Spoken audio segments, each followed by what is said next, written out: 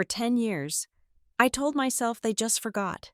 It was a painful, quiet lie that let me sleep at night, convinced my family's cruelty was accidental. But when that thick, unmarked envelope landed in my mailbox yesterday, the lie dissolved. Inside was a photograph of me crossing the graduation stage, a moment I thought I walked alone. They had not missed it. They were there, watching from the dark, making sure I felt abandoned. The name on my driver's license is a shield. It is a mundane, functional collection of letters that belongs to a woman who pays her taxes on time, drinks her coffee black, and lives in a second-floor apartment overlooking a street lined with struggling palm trees. I chose the name carefully. I wanted something that sounded like it had no history, something that would not catch in anyone's throat. I have lived in this coastal city for 7 years. It is large enough to get lost in, but small enough to feel manageable. I have a job in logistics, which suits me. I move things from point A to point B. I track packages. I ensure that nothing goes missing, that everything is accounted for, and that there are paper trails for every movement. My coworkers think I am efficient. They do not know that my efficiency is a trauma response, a desperate need to know exactly where everything is so that the rug cannot be pulled out from under me again. I am 33 years old. To the people in my life now, I have no family. I tell them my parents passed away when I was in my 20s. A tragic car accident that spares me from follow-up questions. Dead parents are a tragedy people understand. Parents who erased you while they were still alive are a puzzle no one wants to solve. My routine is ironclad. I wake up at 6. I run 3 miles along the harbor. I work. I come home. I do not have social media. I do not go to reunions. I do not search for people from my past. And I have made it exceptionally difficult for them to search for me. Or so I thought. It was a Tuesday when the envelope arrived. I unlocked my mailbox in the lobby, pulling out the usual stack of bills and circulars. The envelope was heavy, creamy off-white, the kind of paper used for wedding invitations or legal summons. It had no return address. My name, my legal name, the one I chose, was typed on the front in a stark, sans-serif font. I carried it upstairs, my heart doing a strange, stuttering rhythm in my chest. I placed it on my kitchen counter. The sun was setting, casting long orange shadows across the linoleum.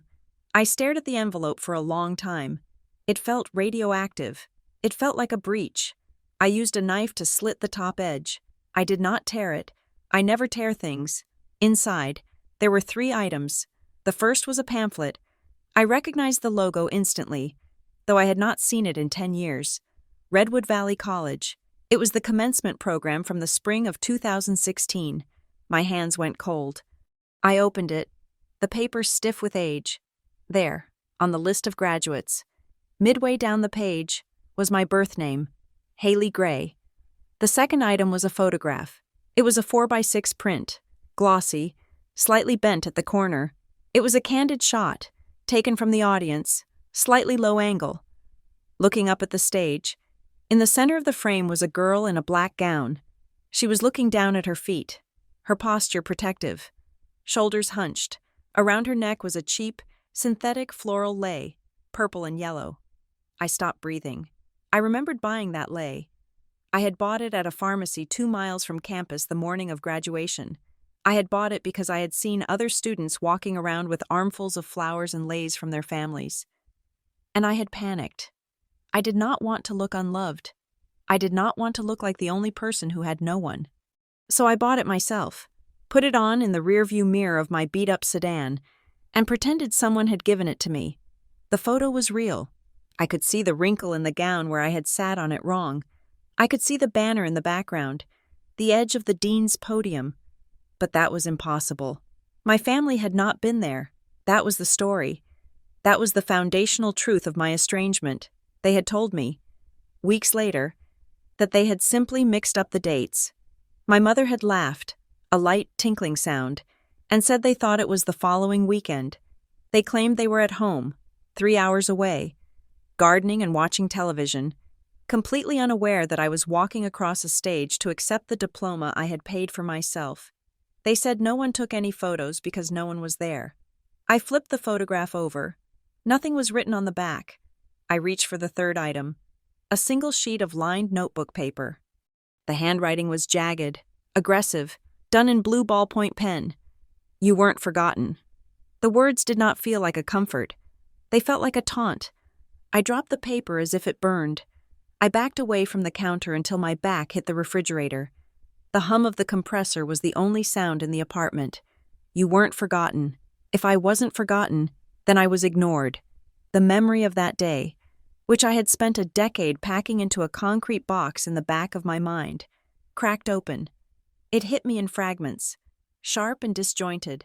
I remembered the smell of the gymnasium, floor wax and stale popcorn. I remembered sitting in the folding chair, surrounded by classmates who were waving to the bleachers, holding up phones, mouthing, "Hi, Mom," and "Hi, Dad." I remembered scanning the crowd. I had saved 4 seats. I had sent the tickets 3 months in advance. I had called a week before. I had called the night before. "We'll be there. Haley, stop nagging. You're always so anxious." I remembered the silence of my phone. I checked it every 30 seconds. No texts, no missed calls. When they called my name, I walked across the stage. I shook the dean's hand. I took the fake diploma cover. I looked out into the blinding lights of the auditorium, squinting, hoping to see a familiar wave, a hand raised, anything. There was nothing, just a sea of strangers clapping politely.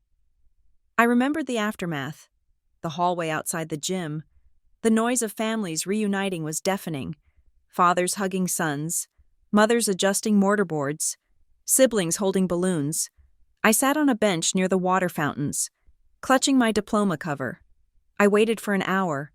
I told myself there was traffic. I told myself there was an accident. Then, the janitor started sweeping the confetti. I went into the women's restroom on the 2nd floor.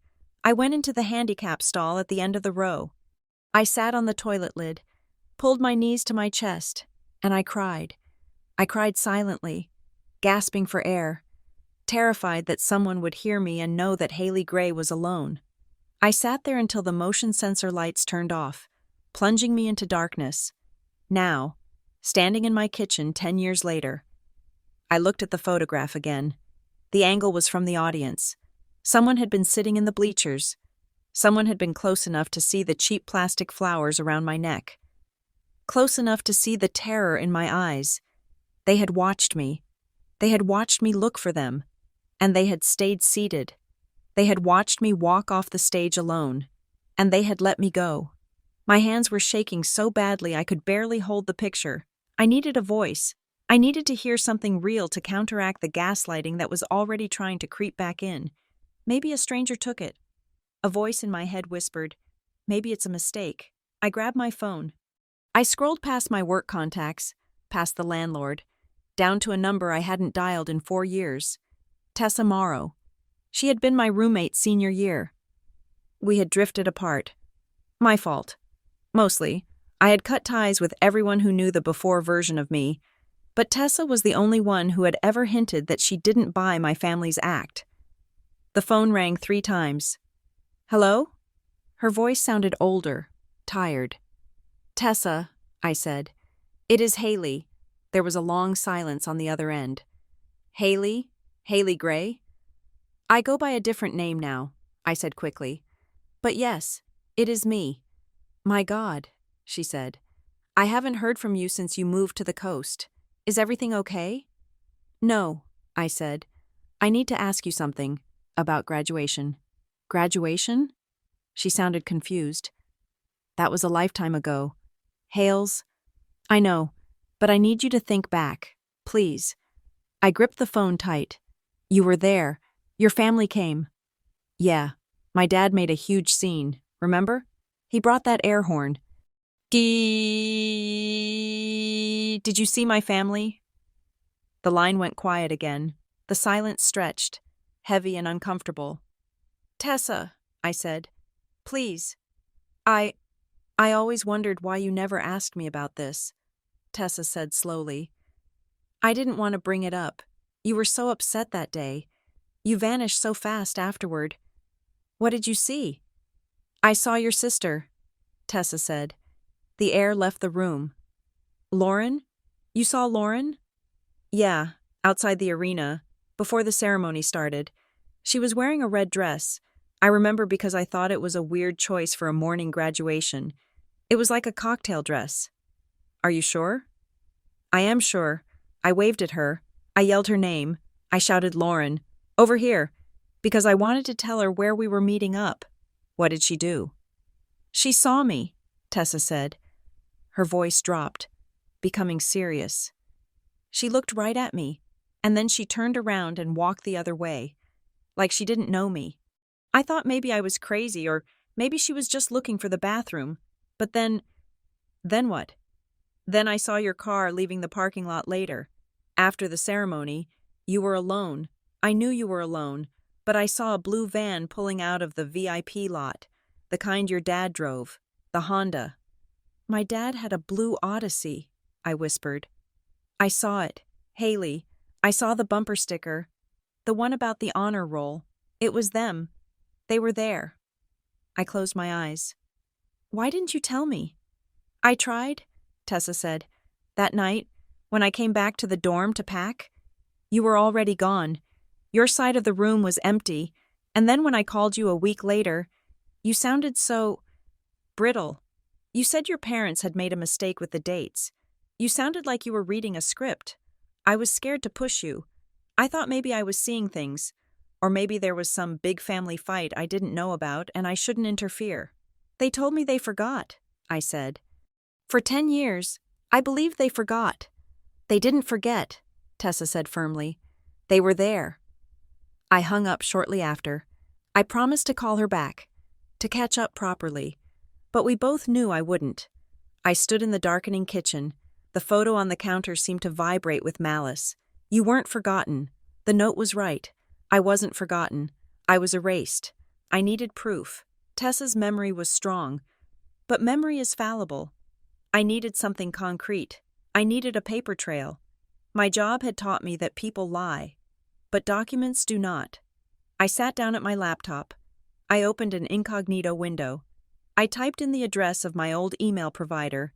I hadn't used the account in years, but I kept it active as a junk drawer for old subscriptions. I guessed the password on the second try. It was the name of my childhood dog followed by the year I was born. A security risk, a relic of a girl who trusted people. The inbox was full of spam, thousands of unread messages. I went to the search bar. My fingers hovered over the keys. I typed, graduation, RSVP. I hit enter. The little wheel spun. One result came up. It was an automated confirmation from the Redwood Valley College Commencement Committee. Subject, RSVP. Confirmation for candidate, 894022. Date, May 12, 2016. My graduation was May 28th. I clicked the email. Dear Haley Gray, this email confirms that 4 guest tickets have been reserved for the spring 2016 commencement ceremony. Sent to denisegrayfakeemail.com, my mother's email address. She had reserved the tickets. She had received the confirmation 2 weeks before the ceremony. I stared at the screen until the pixels started to blur. She had known the date. She had booked the seats. So why didn't they come to me? Why did they sit in the stands? Watch me walk, and then leave without a word? Why let me cry in a bathroom? Why let me spend the next decade believing I wasn't important enough to remember? This wasn't just cruelty. This was architecture. This was a plan. I felt a sudden, frantic need to know more. If they had lied about the tickets, what else had they lied about? I opened a new tab. Redwood Valley College Alumni Portal. I didn't have my login anymore, but there was a Request Student Records feature. I filled out the form with my social security number and my birth date. I paid the $15 fee with my credit card. The system was automated. Within 10 minutes, a PDF link appeared in my inbox. I downloaded the file. It was 80 pages long. Transcripts, housing forms, health center visits, the mundane bureaucracy of 4 years of life. I scrolled through it. Freshman year grades, sophomore year probation warning. I had failed biology. Junior year dean's list. I stopped at page 42. It was a scanned document titled, Authorized Family Contact Form. It was dated April of my senior year. 1 month before graduation. I zoomed in. I, Haley Gray, authorize the following individual to have full access to my financial and academic records and to make decisions regarding urgent financial matters in the event of my unavailability. Name of désigné: Thomas Gray. Relationship: father. I stared at the signature at the bottom. Haley Gray. It looked like my signature. It had the loops in the H and the sharp Y at the end. But the slant was wrong. I write with a slight backslant because I'm left-handed. This signature leaned forward. I had never signed this form. I remembered April of senior year vividly. I was working 2 jobs, one at the library, one waiting tables, trying to save enough money for a deposit on an apartment in the city. I was obsessed with independence. I was counting every penny. I would never have given my father access to my financial records. He was the reason I was hoarding cash in a lockbox under my bed. He was always talking about family contributions and how selfish it was to keep money to yourself. I looked at the date again, April 3rd. I checked my own memory. April 3rd was a Sunday. I was working a double shift at the diner. I wasn't even on campus. Someone had forged my signature. And not just anyone. My father was the beneficiary. My stomach turned over. I felt nauseous. A hot, prickly wave of heat rising up my neck. They hadn't just watched me graduate. They had been moving pieces on a board I didn't even know existed. Why? Why forge a form to control my finances right before I left? Why show up to graduation and hide? Why send me this photo now? I looked back at the envelope. There was no postmark. It hadn't been mailed. It had been dropped off. Someone had been in my building. Someone had walked up to the row of mailboxes, found the one with my new name, a name my family wasn't supposed to know, and slid this envelope inside. I stood up and walked to the window. I pulled the blinds aside just an inch. The street below was empty. A car drove by, its headlights sweeping across the pavement. I was safe here. I had built a fortress, but the walls were made of paper, and someone had just lit a match. I went back to the kitchen counter. I grabbed a pen and a notepad. My hands were shaking, but my mind was clicking into a defensive gear. Return to sender. I wrote, wrong address. I tore the page off. I reached for the tape. I could put the photo back in the envelope.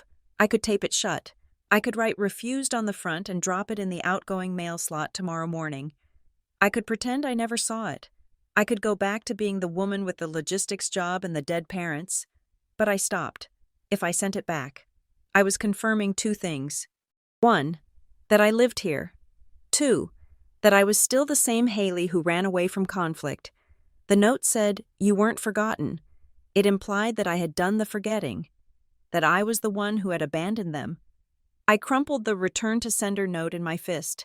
Suddenly, I heard a voice in the empty apartment. "I'm sorry," I said aloud. "I'm so sorry. I didn't mean to." I clamped my hand over my mouth.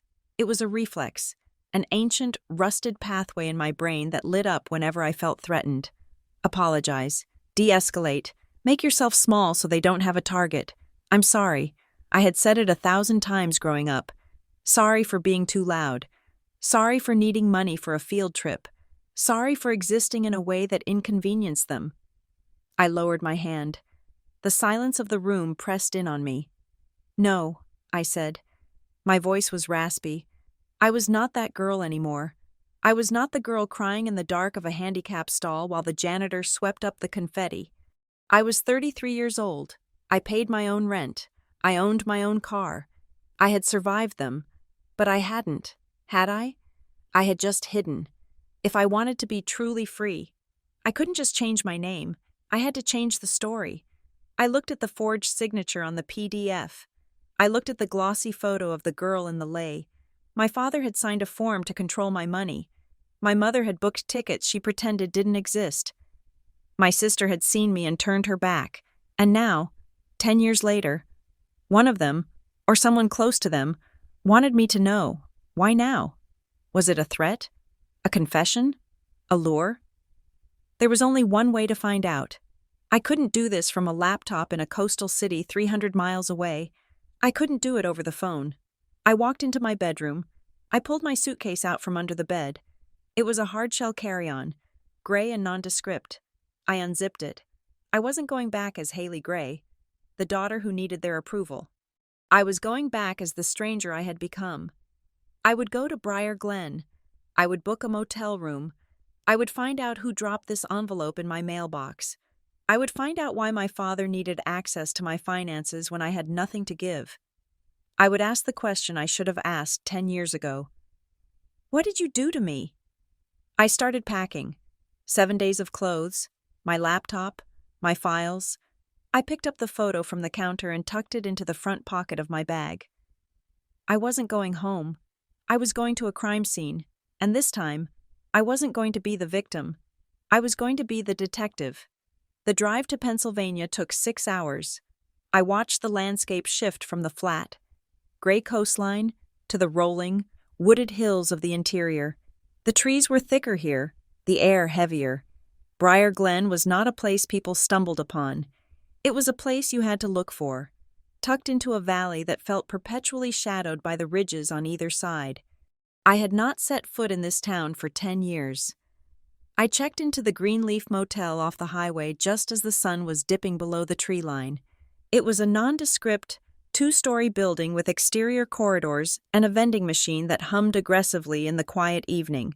I used my legal name to check in. The clerk, a bored teenager with headphones around his neck, did not even look up as he slid the key card across the laminate counter. "Room 204, he said. "Checkout is 11. "Thanks," I said. "I am just passing through. Is there a decent place to get coffee in the morning?" "Diner down the road," he mumbled. "Open at 6. I took the key. I was practicing the lie. Just passing through. I needed it to feel natural on my tongue. I unpacked my bag in the room. Hanging my few shirts in the open closet, the room smelled of lemon polish and stale cigarettes. I stood by the window and looked out at the highway. I was 5 miles from the house I grew up in. I was 5 miles from the people who had erased me. My heart was beating a slow, heavy rhythm against my ribs, a war drum warning me to turn back. I did not turn back. The next morning, I drove to Redwood Valley College. The campus looked exactly the same. Red brick buildings, manicured lawns, students walking in clusters with backpacks slung over one shoulder. It felt like a hallucination. I parked in the visitor lot and walked toward the administration building. My legs felt light, unmoored. I kept my head down, wearing sunglasses. Though the sky was overcast, I found the registrar's office on the first floor. It was a quiet room lined with filing cabinets and the soft click-clack of keyboards. I approached the front desk. A woman sat there, surrounded by stacks of manila folders. She looked to be in her late 40s, wearing a cardigan and reading glasses on a chain. Her nameplate read, Maribel Sue. "Can I help you?" she asked, looking up. She had a kind face, the kind of face that notices details. Her eyes lingered on me for a second too long. I felt a spike of panic. I looked different than I had at 22. My hair was shorter, darker, and I carried myself with a hardness I didn't have back then. But the structure of my face was the same. "I need to ask about some old records," I said, keeping my voice level. "I am doing some family history research." "Student records are private," she said automatically. "Unless you are the student." "I am," I said. "I graduated in 2016, but there seems to be a discrepancy in my file regarding some correspondence." I handed her my new driver's license and my birth certificate, which linked the two names. She studied them, then looked back at me, her brow furrowed. "You look familiar," she said. "I have a common face," I said. She typed my old name into the system. Her eyes scanned the screen, then she stopped. Her hand went to her mouth, a small, involuntary gesture. "Haley Gray," she read softly. "Yes."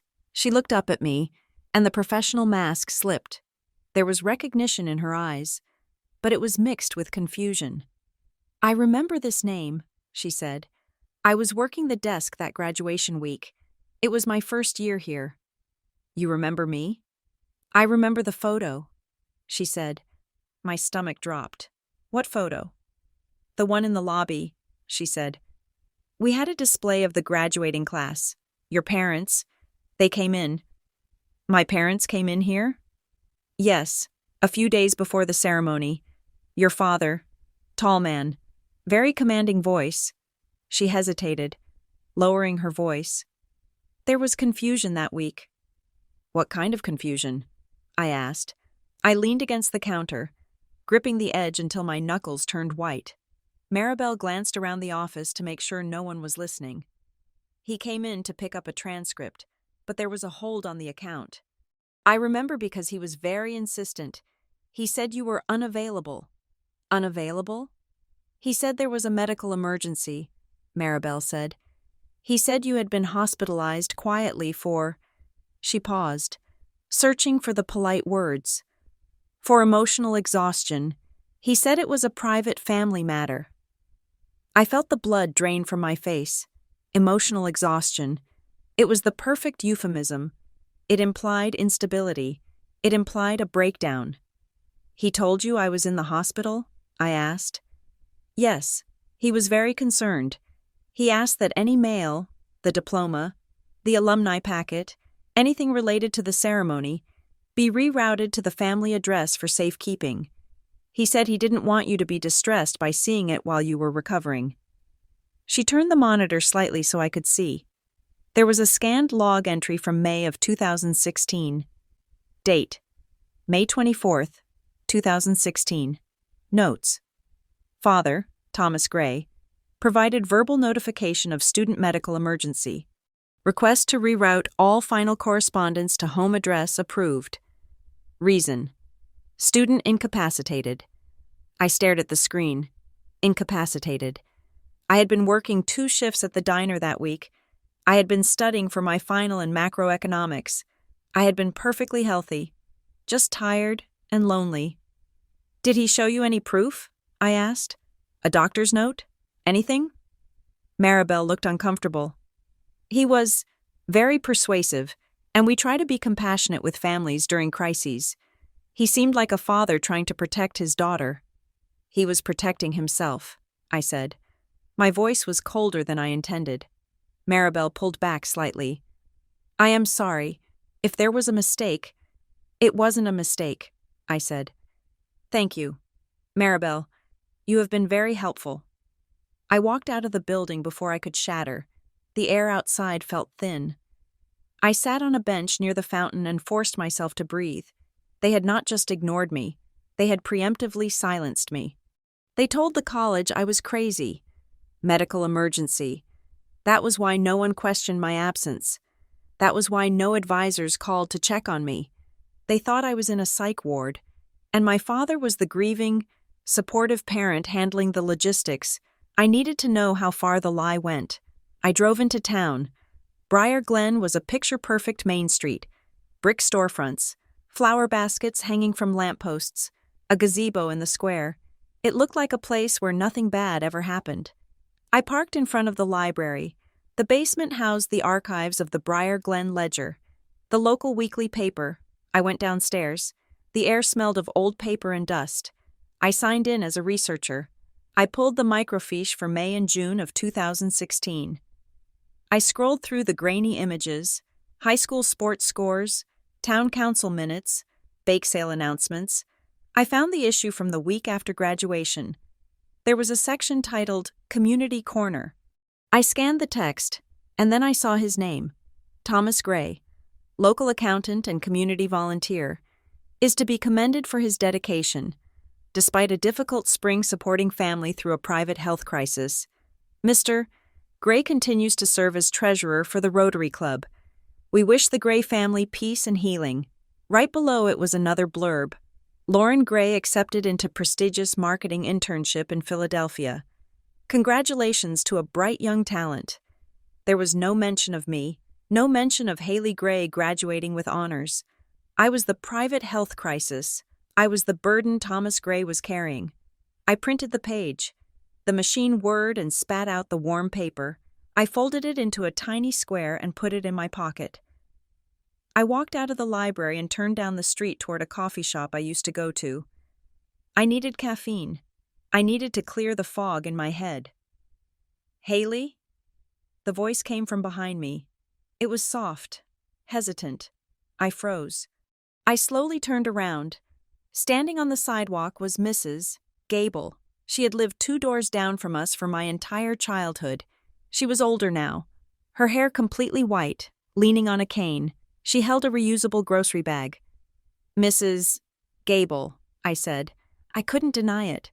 She was looking right at me. "I thought that was you," she said. She stepped closer, squinting. "My goodness, it has been how long?" 10 years, I said. She shook her head, a look of genuine pity washing over her face. "Oh, honey, you look well." "I am well," I said. "That is good to hear," she said. "We were all so worried. Your poor mother." I stiffened. "My mother?" "Oh, yes," Mrs. Gable said. "She was absolutely heartbroken when you ran off. I remember seeing her in the garden that summer, just weeping. She told me you had cut them off completely, said you blamed them for your troubles." "My troubles," I repeated. "We prayed for you," Mrs. Gable said earnestly. "We really did. It is hard when a child loses their way, but your parents, they never said a bad word. They just said you needed space to find yourself. It was very noble of them. I thought, waiting for you." I felt a laugh bubbling up in my throat, bitter and sharp, noble. "They told you I ran away?" I asked. "Well, yes, that you left in the middle of the night without saying goodbye, abandoned them after everything they did to help you get through school." She reached out and patted my arm. Her hand was dry and papery. "You should call her. Haley, life is short. Forgiveness is a blessing." "It certainly is," I said. "It was nice seeing you, Mrs. Gable." I walked away fast. I didn't look back. Abandon them. That was the narrative. I was the villain. I was the ungrateful daughter who took their money, which I hadn't, and their support, which didn't exist, and then vanished because I was unstable. They had turned my escape into their martyrdom. I needed to see Tessa. I had texted her from the motel the night before. She agreed to meet me at a roadside diner halfway between Briar Glen and her office in the next county. I arrived first. I sat in a booth in the back, facing the door. 10 minutes later, Tessa walked in. She looked professional in a blazer and slacks. Her hair pulled back, she scanned the room, saw me, and hurried over. We hugged. It was awkward, stiff. We were strangers with a shared history. "You look different," she said, sliding into the booth. "Tougher." "I had to be," I said. We ordered coffee. We made small talk for 5 minutes. Her job in insurance, her fiancé, my logistics work. Then, I put the graduation photo on the table. "Tessa," I said, "tell me about the gift." She looked at the photo, then at me. She wrapped her hands around her mug. "It was a bracelet," she said. "Silver, nothing fancy, just a little charm that said 2016. I felt bad that you didn't have anyone at the ceremony. So, a week later, I mailed it to your parents' address. I figured you were staying there before you found a place." "I never got it," I said. "I know," Tessa said. 2 days after I mailed it, I got a phone call. It was your mom." "What did she say?" "She was super polite, scarily polite. She thanked me for the gesture. She said it was so sweet of me to think of you." Tessa shivered slightly. And then she said, "But Haley won't be needing this anymore. We've handled everything." And she said she was going to return it to me. "Did she?" "No, I never saw it again. But the way she said it, she won't be needing this anymore. Honest to God. Haley, for a second, I thought you were dead. I thought maybe you had killed yourself." "That is what they wanted people to think," I said. "Or close enough, that I was gone, mentally or physically." "I tried to ask her where you were," Tessa continued. "She just cut me off. She said, "Haley has made her choices, and we are respecting her need for distance." And then she hung up. I stared at the coffee swirling in my cup. They intercepted everything: my mail, my friends, my reputation. "Why?" Tessa asked. "Why would they do that? You were a good kid. You studied hard. You never got in trouble." "Control," I said. I was about to leave. I was about to be free. They couldn't let me leave on my terms. They had to make it look like I failed. I paid the bill. I thanked Tessa. She promised to keep my visit a secret. I believed her. But I also knew that secrets in small towns had a way of leaking. I drove back to Briar Glen. I needed groceries. The motel vending machine wasn't going to cut it. I stopped at the Super Value on the edge of town. It was the only grocery store for 10 miles. I pulled a cart from the stack. I walked down the aisles, grabbing water, apples, a box of granola bars. I turned into the cereal aisle, and there he was, Evan. My brother. He was standing in front of the oatmeal, holding a box in his hand. He was wearing a gray hoodie and jeans. He looked taller than I remembered. He would be 26 now. When I left, he was 16, a quiet, lanky kid who spent all his time playing video games to avoid the tension in the living room. I froze. My hands gripped the handle of the cart. He turned his head. He saw me. His eyes widened. The box of oatmeal slipped from his hand and hit the floor with a soft thud. "Evan," I whispered. He stared at me. His face went through a rapid series of expressions: shock, recognition, and then fear. "Evan," I said, taking a step forward. "It is me." He didn't move. He looked around the aisle, checking to see if anyone was watching. He looked back at me, and then his face went blank. A mask slammed down over his features. He bent down, picked up the oatmeal, and put it back on the shelf. "Evan," I said, louder this time. He turned his cart around. He looked right through me, as if I were a ghost, as if I were transparent. "Excuse me," he mumbled. He pushed his cart past me. He walked fast, his shoulders hunched. "Evan!" I called out. He didn't stop. He turned the corner into the baking aisle and vanished. I stood there, alone in front of the cereal. The rejection hit me harder than the anger. It was a physical blow to the chest. Evan had been my ally. In his own silent way. We used to hide in his room when our parents were shouting. I used to sneak him money for pizza. He knew me. He knew I wasn't crazy. He knew I hadn't abandoned them. But he had just looked me in the eye and pretended I didn't exist. Because it was safer. Because acknowledging me meant going against them. And Evan, clearly, was still under their roof, or at least under their thumb. I left my cart in the aisle. I walked out of the store. I got into my car and sat there, shaking. He was afraid of them. 10 years later, and he was still afraid. I drove back to the motel. The sun was setting, casting long, bruised shadows across the parking lot. I went into my room and locked the door. I threw the deadbolt. I put the chain on. I sat on the bed. I wanted to scream. I wanted to drive to my parents' house and throw a brick through the window. I wanted to burn it all down. No. I took a deep breath. No screaming. No pleading. No collapse. That was what they expected. That was the unstable Haley they had sold to the town.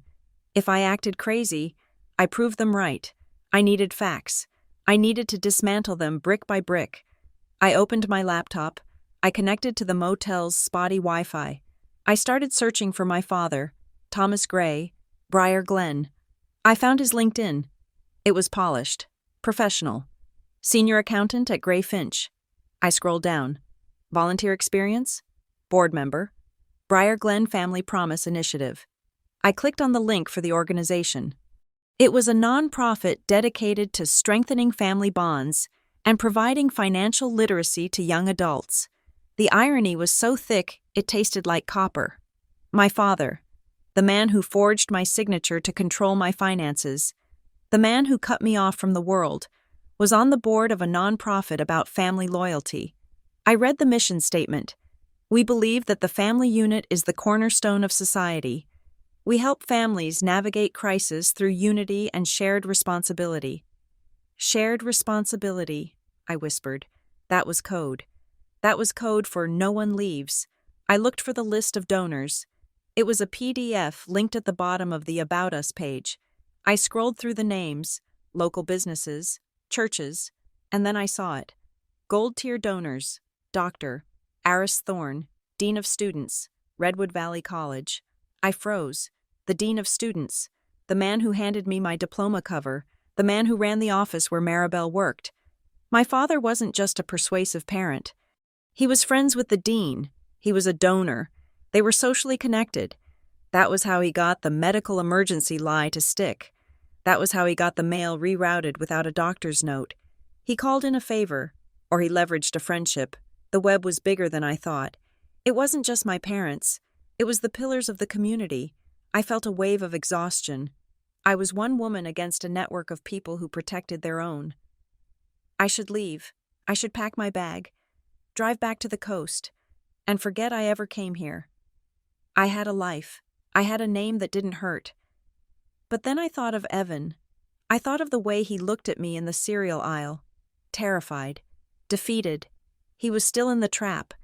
And I thought of the girl in the photo, the girl in the cheap lay, looking down at her feet, believing she was unlovable. I couldn't leave her there. I kept clicking. I looked at the events page of the Family Promise Initiative. There was a banner at the top. Annual Roots Wings Gala. Honoring local families. This Saturday, 7 p.m., the Briar Glen Country Club. Keynote speaker, Thomas Gray. This Saturday, 3 days from now. They would all be there. My father, my mother, Lauren, maybe even Evan. They would be in a room full of people who respected them, people who believed the lie. My father would give a speech about family. He would probably make a vague, sad reference to the daughter they lost, polishing his halo in public. I stared at the screen. I wasn't going to leave. I was going to the gala. I wasn't going to make a scene. I wasn't going to flip tables. I was going to stand there, breathing and alive and sane, and I was going to let them see me. I closed the laptop. The room was dark now, lit only by the neon sign buzzing outside. I lay down on the bed, staring at the ceiling. I practiced the words in my head. I'm just passing through. But I wasn't just passing through anymore. I was digging in. The Briar Glen Country Club sat on a hill overlooking the town, a sprawling estate of white columns and manicured ivy that smelled of old money and exclusion. I parked my rental car in the overflow lot, far away from the valet stand where the luxury sedans were idling. I had bought a ticket at the door with cash. Using a fake name, Sarah Miller. It was bland enough to be invisible. I was wearing a black dress I had bought at a thrift store 2 towns over. It was simple, cut high at the neck, the kind of dress that makes you look like staff or a poor relation. I pulled my hair back into a severe bun and wore no makeup. I wanted to be a shadow. The ballroom was already full when I slipped inside. The air was thick with the scent of lilies and expensive perfume. A jazz quartet played softly in the corner, the music floating over the murmur of 300 people making polite conversation. I took a glass of sparkling water from a passing tray and moved to the edge of the room, putting my back against a velvet-draped wall. My heart was hammering against my ribs, a frantic, bird-like rhythm. I forced myself to breathe through my nose. Observe, I told myself, just observe. It took me less than a minute to find them. They were in the center of the room, standing under the crystal chandelier as if it were a spotlight they had requested. My father, Thomas Gray, looked exactly as I remembered, perhaps even more imposing. His silver hair was perfectly coiffed, his tuxedo tailored to hide the slight paunch of middle age. He was holding a scotch, gesturing with his free hand, commanding the attention of the circle around him. My mother, Denise, stood at his elbow. She wore navy blue silk, a color that made her look regal and tragic all at once. Her hand rested lightly on my father's forearm, a picture of supportive devotion, and there was Lauren, my sister. She was laughing at something a man in a gray suit had said. She looked radiant, confident. her head thrown back. I stared at them, and a wave of nausea rolled through me. I had expected them to look guilty. I had expected to see some hairline fracture in their facade, some shadow of the daughter they had erased, but there was nothing. They looked happy. They looked whole. They looked like people who had slept soundly for the last 10 years. I moved closer, weaving through the crowd, keeping my head down. I needed to hear them. I needed to know the script. I drifted toward a pillar about 10 feet away from where my mother was holding court with 3 other women. I turned my back to them, pretending to examine a silent auction display of gift baskets, straining my ears to catch her voice. "So difficult during the holidays," my mother was saying. Her voice was low, trembling with a practiced bravery. "We keep a place set for her. Of course, we always will. But you know how it is. She was always so spirited." "You are a saint, Denise," one of the women cooed. "Truly, after everything she put you through." "We tried everything," my mother sighed. "Counseling, intervention. Thomas even offered to pay for her to travel, to find herself, but she was so stubborn. She chose a different life. She wanted to cut ties. We have to respect that, even if it breaks our hearts." I gripped the edge of the table. Intervention? Travel? The only thing Thomas had offered to pay for was a bus ticket if I didn't sign the loan papers. "It must be so hard," the woman said, "not knowing where she is."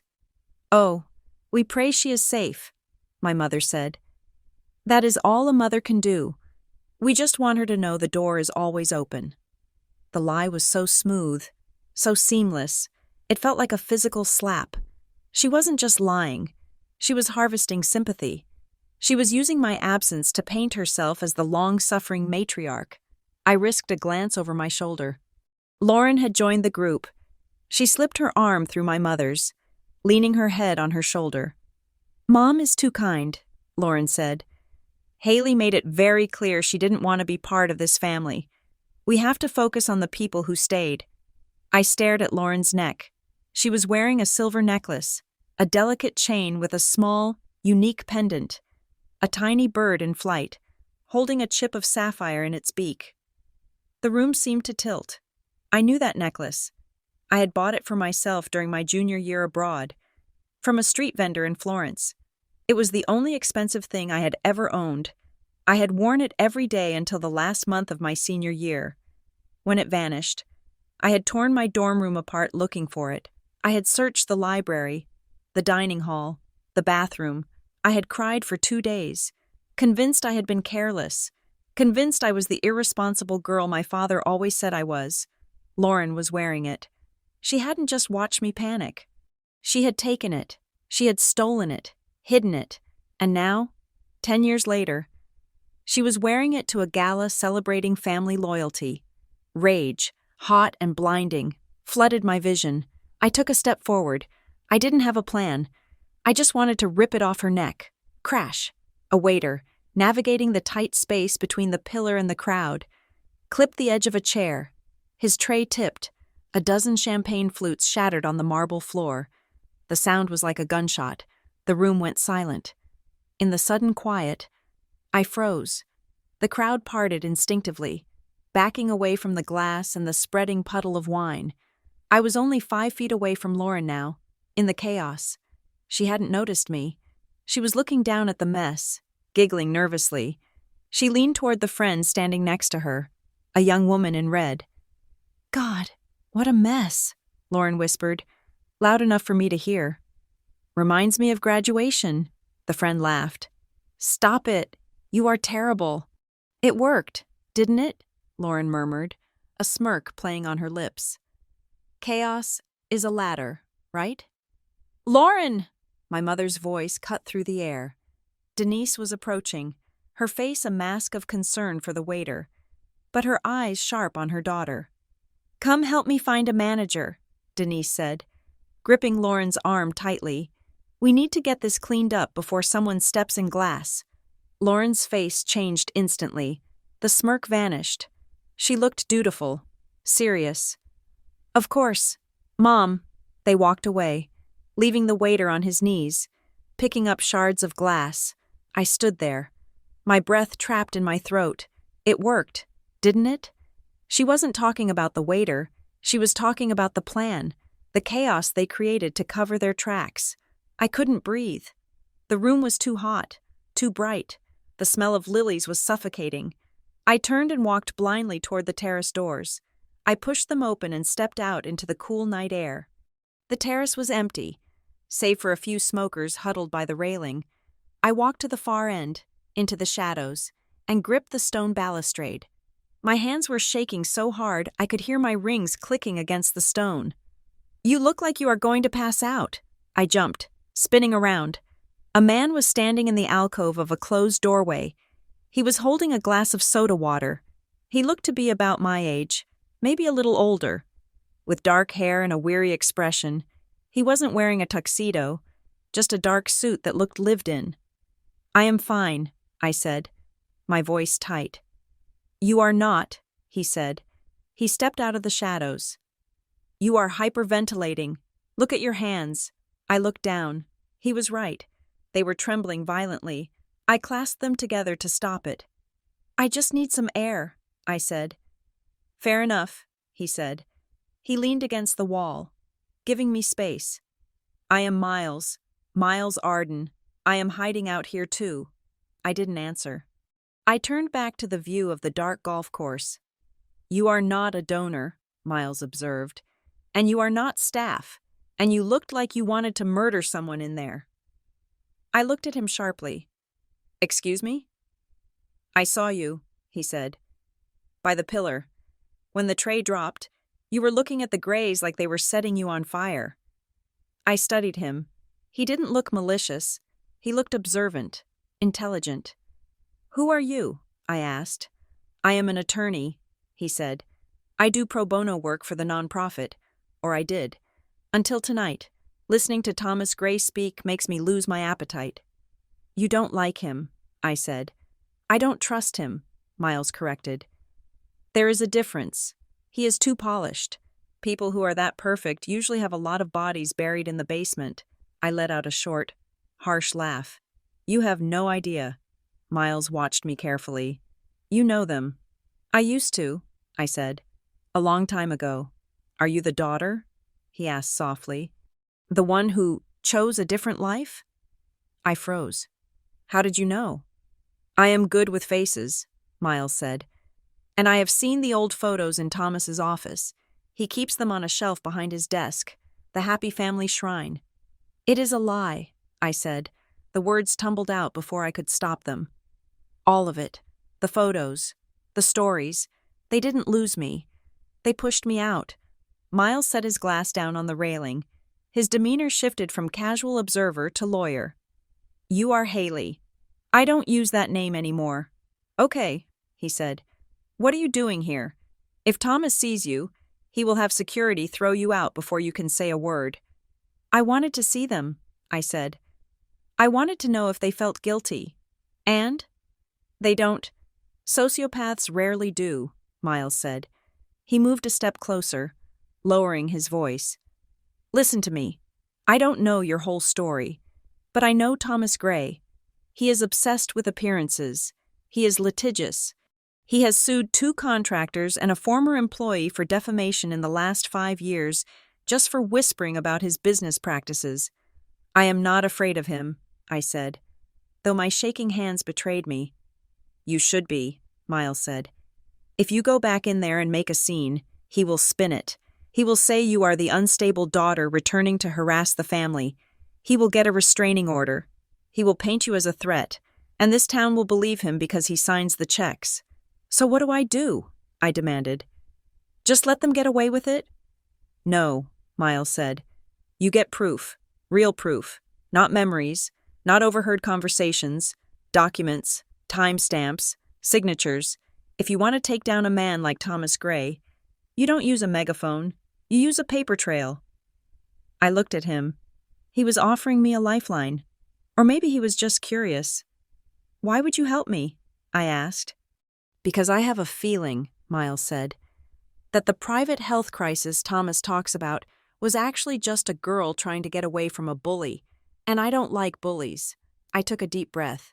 I need records, I said. From the college. They blocked me. Who did? The registrar. But she told me the records are with a vendor now, Northlake Admin Services. Miles nodded. I know them. They handle IT for half the county. They archive everything. I need to know who changed my contact info, I said. Someone rerouted my mail right before graduation. They forged my signature. Miles's eyes widened slightly. Forgery? That is a felony. That changes things. That is not just family drama. That is fraud. I need to prove it. Go to the college tomorrow, Miles said. Ask for the logs again, but don't ask the registrar. Ask the people who actually did the data entry. Find the temp who was working that week. Small departments always hire temps for graduation week. How do I find them? Check the vendor invoices, Miles said. Public universities have to publish their vendor payments.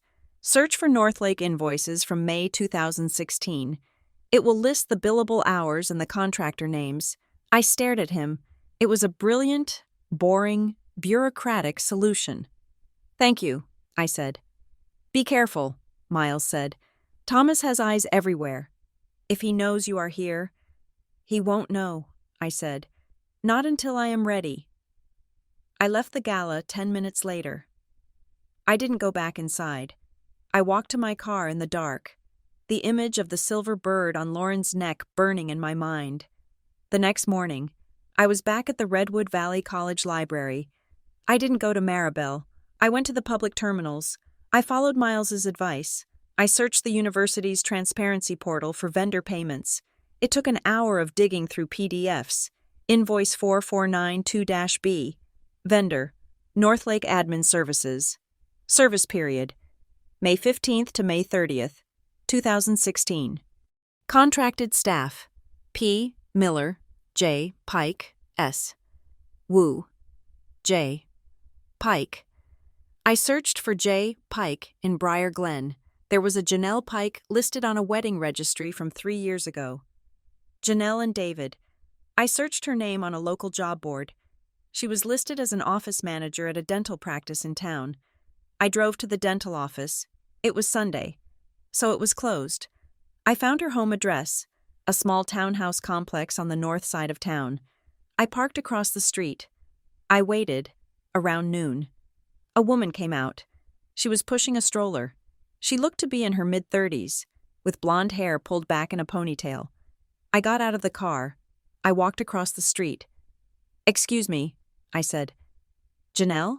She stopped, looking at me warily. Yes? My name is Haley, I said. I am sorry to bother you at home. I am looking for information about some work you did for Redwood Valley College, a long time ago, in 2016. She relaxed slightly, but her eyes were still guarded. That was ages ago. I was just a temp. I know, I said. I was a student then. There was a mix-up with my records, a change of contact form. Janelle's face changed. A flicker of recognition. She looked down at her baby, then back at me. The medical emergency girl, she said. I felt a chill. You remember me? I never met you, Janelle said. But I remember the form, because it was the only one I was told to process immediately. Usually, we had a 24-hour turnaround, but the dean himself called down. The dean? Dean Thorne, she said. He called the office. He said, there is a form coming over for Haley Gray. Process it the second it arrives. Her father is waiting. Did you see the form? I asked. Yes, Janelle said. I scanned it. I remember it because... She hesitated, looking around the quiet street. Because the signature was weird. Weird how? It didn't match the signature on file, Janelle said. The system flags mismatches automatically. A little red box pops up. I told my supervisor. I said, hey, this signature looks different.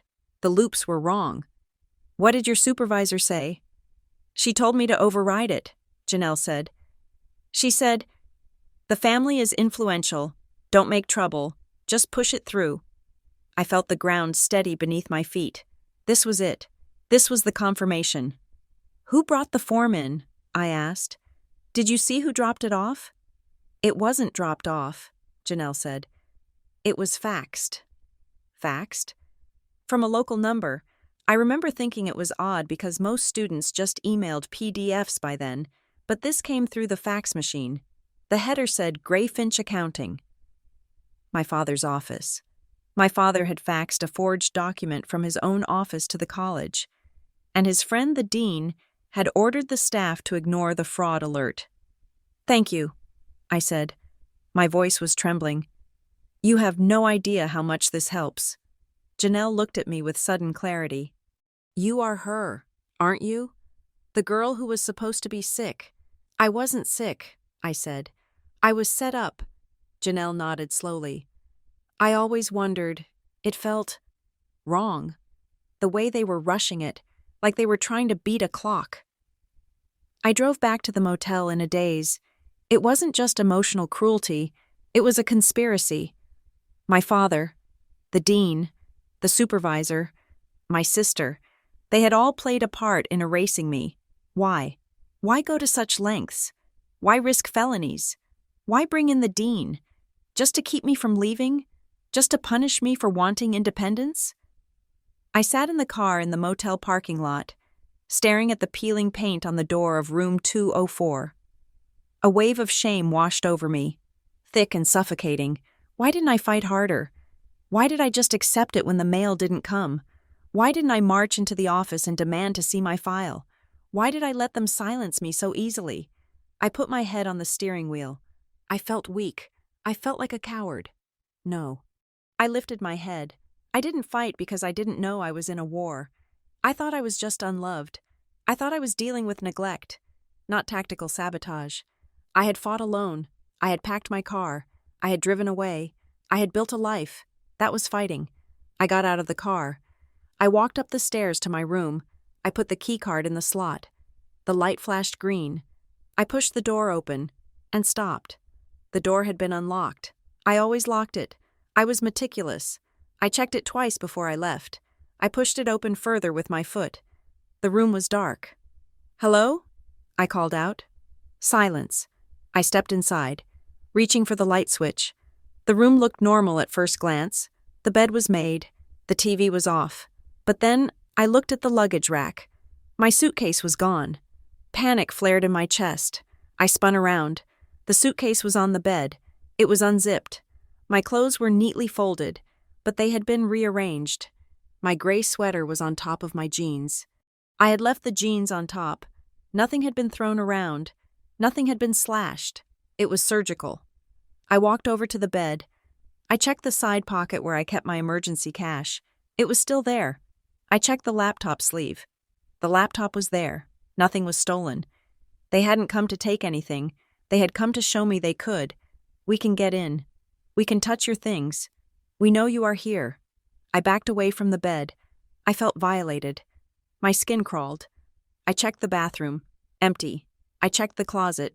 Empty. I went to the door and threw the deadbolt. I jammed a chair under the handle. My phone buzzed in my pocket.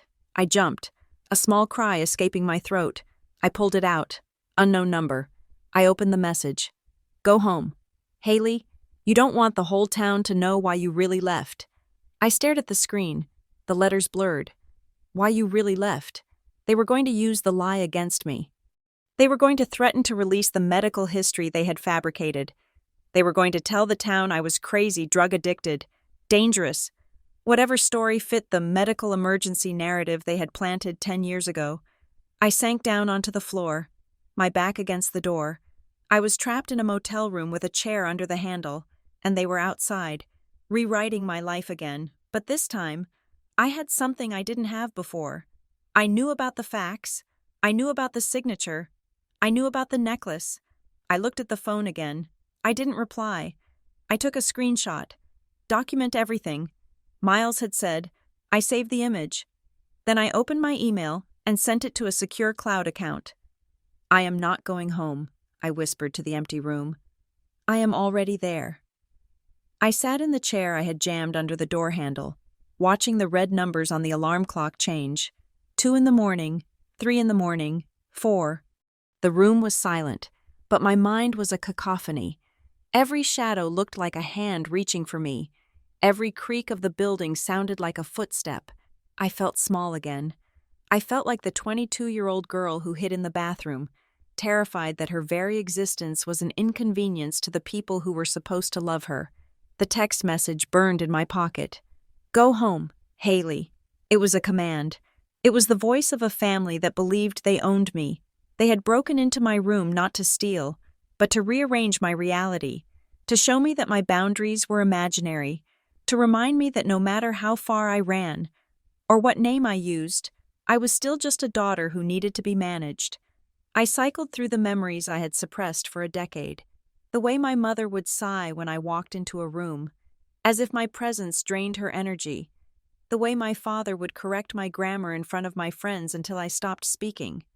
The way Lauren would borrow my clothes and stretch them out, then claim they were hers to begin with. I felt a wave of nausea. I wanted to pack my bag. I wanted to drive until the gas tank was empty. I wanted to disappear for real this time, but then I looked at the screenshot I had saved. The threat. If I ran now, they kept the narrative. They kept the medical emergency story. They kept the unstable daughter story. They would tell the town I came back, had a breakdown in a motel room, and fled again. I would remain a ghost in my own life. I stood up. My legs were stiff. I was not going to run. I picked up my phone. It was barely dawn. The sky outside a bruised purple. I dialed the number Miles had given me. He answered on the second ring, his voice thick with sleep. "Hello?" "It is Haley," I said. "I need help." There was a rustling sound, like him sitting up. "Are you okay? Did something happen?" "Someone was in my room," I said. "They moved my things. They sent me a threat." "Where are you?" "I am safe, but I need a paper trail. You said if I want to fight Thomas Gray, I need documents. I am ready to file." "Okay," Miles said, his voice sharpening into professional clarity. "Meet me at the diner in an hour. We are going to the police station first." "The police won't do anything," I said. "Nothing was stolen." "It doesn't matter," Miles said. "We are not filing a report to catch a burglar. We are filing a report to establish a timeline. We are creating a record that says, on this date, Haley Gray reported intimidation. It is a foundational document. When Thomas tries to call you crazy later, we point to the police report and say, no, she was being stalked." I met him at the diner at 6. He looked tired but focused. He bought me coffee and toast I couldn't eat. "Eat," he ordered gently. "You are running on adrenaline. You will crash." I forced down a piece of toast. We went to the station. The officer at the desk was bored and skeptical, just as I expected. He took my statement. He wrote down the text message. He gave me a case number. "It is probably just kids messing around," the officer said, handing me the slip of paper. "Probably," Miles said smoothly, "but we need it on file for insurance." We walked out into the morning light. I held the case number like a shield. It was a small thing, a scrap of carbon paper, but it was the first official acknowledgement that something was happening to me. "Now," Miles said. "The records request. We need to hit North Lake hard. We are going to draft a formal demand letter citing the identity theft concerns. We will copy the college legal counsel.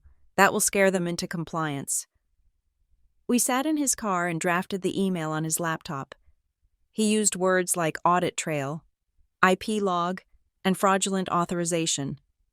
When I hit send, I felt a strange, cold calm settle over me. I wasn't just reacting anymore. I was building a case. "I have to meet someone," I said, checking the time. "Who?" "My brother," I said. "I texted him last night. I told him if he didn't meet me, I would come to the house." Miles looked concerned. "Be careful. If he is still under Thomas's thumb." "He is," I said. "But he is the weak link.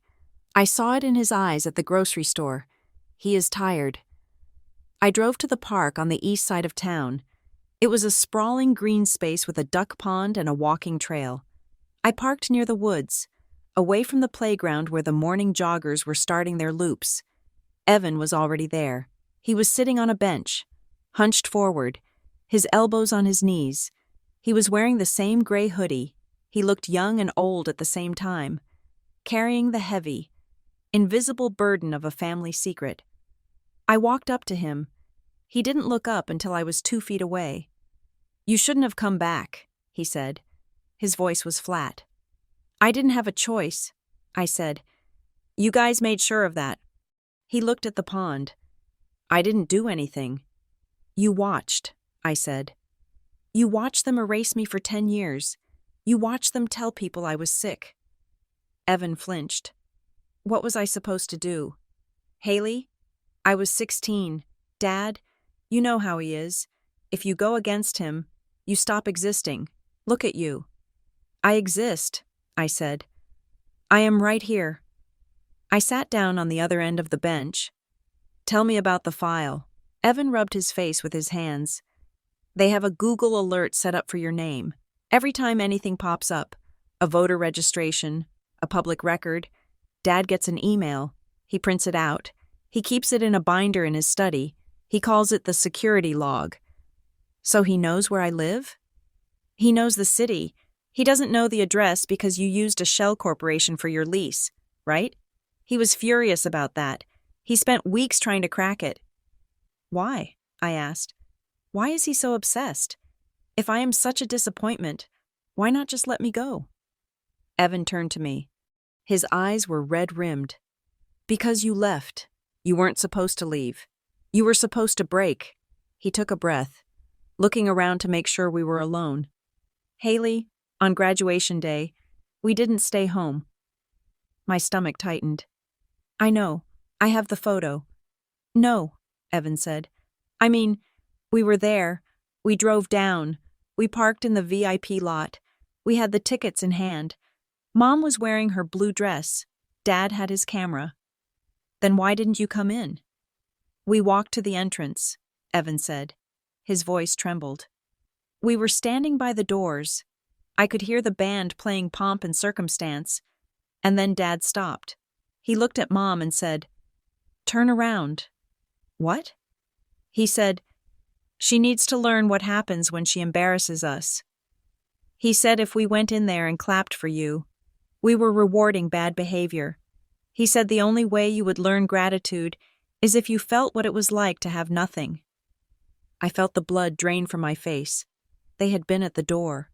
They had heard the music. "So you just left?" "Dad marched us back to the car," Evan said. "I asked if we could just say hi, and he told me to shut up or I would walk home. But Lauren—" "What about Lauren?" "She didn't come right away. She told Dad she dropped her earring. She ran back toward the arena. She was gone for maybe 10 minutes. She watched me," I whispered. "She stood there and watched me look for you." "Yeah," Evan said. When she came back to the car, she was smiling. Not a big smile, just satisfied. She told Mom, "She is looking for us. She looks panicked." And Mom nodded and said, "Good. Let her feel it." I closed my eyes. Good. Let her feel it. It wasn't a misunderstanding. It wasn't a mix-up. It was a tactical strike. They had driven 3 hours just to ensure they could reject me in real time. "Why?" I asked. My voice broke. "What did I do that was so bad? I got good grades. I never asked for money. I just wanted to graduate." Evan looked at me with genuine confusion. "You really don't know?" "Know what?" "The agreement," Evan said. "The loan." I shook my head. "What loan?" 2 weeks before graduation, Evan said. Dad came home with paperwork. He wanted to take out a home equity line of credit on the house, to do renovations, he said, but his credit was maxed out because of some bad investment he made with the firm's money. He needed a cosigner, someone with a fresh debt-to-income ratio. "Me?" I said. "I was a student. I didn't have income." "You had the job offer," Evan said. "The logistics firm in Ohio. You had the offer letter. Dad saw it on your desk when he visited in March. He used that. He drafted the paperwork listing you as the cosigner. He was going to use your future salary to secure his loan." I stared at him, The puzzle pieces slammed into place. The authorized family contact form. The forged signature. He tried to make me sign it? I asked. He sent it to you, Evan said. He emailed it. He called it a simple family agreement. He told us you were being selfish because you wouldn't sign it. He said you thought you were too good to help the family. I remembered the email. Subject: Family Matters / signature required. Haley, please sign the attached. It is just a formality to help with some estate planning. I need it back by Friday. I hadn't signed it. I hadn't even read it closely. I had replied, Dad, I am studying for finals. I don't sign legal documents I don't understand. We can talk about it after graduation. I had refused to sign a blank check.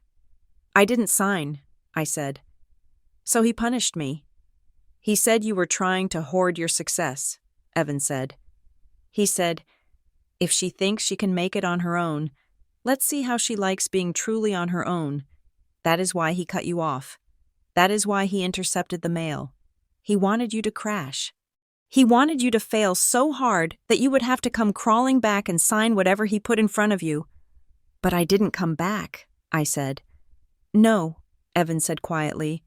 You changed your name, and that drove him insane, because he couldn't control you anymore.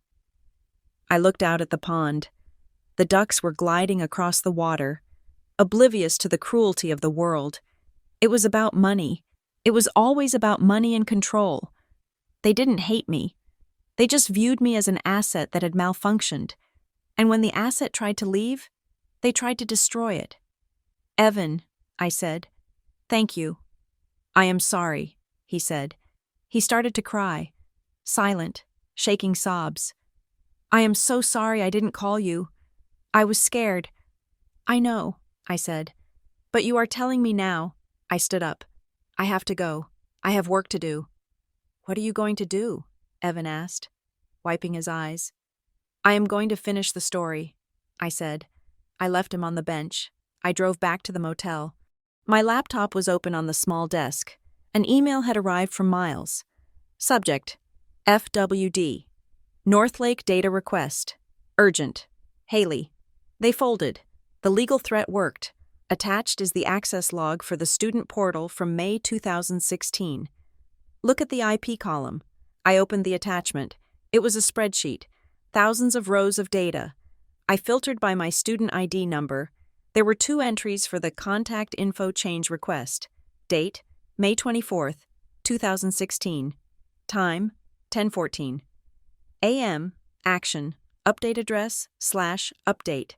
Authorized user, user ID, admin_override, source IP, 192.168.4.12. I looked at the notes column. IP, location, external static. IP, Briar Glen Business District. Miles had attached a second report. A Whois lookup for the IP address. Registrant, Grayfinch Accounting Services. Physical address, 404 Main Street, Briar Glen, Pennsylvania. It wasn't a random hacker. It wasn't a campus glitch. My father used his office computer to log into the college system, likely using credentials provided by his friend the dean, or bullied out of a temp, and changed my records. But my father didn't know how to navigate the student portal. He was a Luddite with technology. He dictated emails. He didn't click through drop-down menus. Who worked at Grayfinch in 2016? Lauren Gray accepted into prestigious marketing internship. Lauren had worked there that summer. She was the intern. She was the one who knew how to use the portal. She was the one who had just graduated a year before me. She knew the system. It worked, didn't it? I grabbed my keys. Grayfinch was on Main Street, a brick building with a tasteful gold sign. I knew Lauren still did freelance consulting for them. I had seen it on her LinkedIn before I blocked everything. I parked in the alley. I knew she took her smoke breaks at 10. I waited. At 10:15, the back door opened. Lauren stepped out. She was wearing a cream-colored blouse and tailored trousers. She looked every inch the successful professional. She pulled a vape pen from her pocket and took a long drag, exhaling a cloud of strawberry-scented vapor. I walked up the alley. "Hello? Lauren?" She jumped, nearly dropping the pen. She spun around, her eyes wide. "Haley?" She took a step back, her hand going to her throat, to the necklace. "What are you doing here?" "I am here to return something," I said. "What?" "The lie," I said. "I know about the facts, Lauren. I know about the IP address. I have the logs." Her face went pale, but she recovered quickly. She crossed her arms. "I don't know what you are talking about." "You logged into the student portal," I said, stepping closer. "From this building, on May 24th, 2016, you changed my address. You forged the contact form." "You are crazy," she said. "You have always been dramatic." "I have the police report," I said, "and I have the affidavit from the IT vendor. It is a felony. Lauren, identity theft, fraud, computer tampering." She stared at me. The confidence cracked. The good daughter mask slipped, revealing something uglier and more desperate underneath. "It wasn't supposed to be that big," she hissed. "Dad just wanted to scare you. He was so angry. You were ignoring him. You were acting like you didn't need us. So you helped him commit a crime?" "I helped him protect the family," Lauren shouted. "He was going to lose the house. Haley, he needed that loan, and you wouldn't sign. You were just going to waltz off to Ohio and leave us to drown." "I didn't know about the loan," I said. "He never asked me. He demanded a signature on a blank page." "He is your father," Lauren said. "You owe him. He paid for your clothes, your food, your life, and the second you got a chance, you acted like you were better than us. Like you were too good for Briar Glen." "I wasn't better," I said. "I just wanted to be myself." "You wanted to leave," Lauren said bitterly. She touched the necklace again. "You always thought you were special. Oh, Haley is the smart one. Haley is the artist. Well, guess what? You are not special. You are just selfish." I looked at the silver bird at her throat. "That is my necklace," I said. Lauren's hand froze. She looked down at it, then back at me with a defiant sneer. "I found it," she said. "You stole it," I said. "Just like you stole my graduation. Just like you stole my reputation." "You didn't want it," Lauren cried. "You left. You left everything. So why shouldn't I have it? Why shouldn't I be the one who gets the necklace? Why shouldn't I be the one who gets the parents who are proud?" I stopped. There it was. It wasn't just about money for her. It was about love. She believed love was a limited resource. She believed that if I succeeded, she failed. She believed that if I was independent, she was abandoned. She had helped destroy me because she thought it was the only way to secure her place. She thought cruelty was fairness. "You can keep the necklace," I said quietly.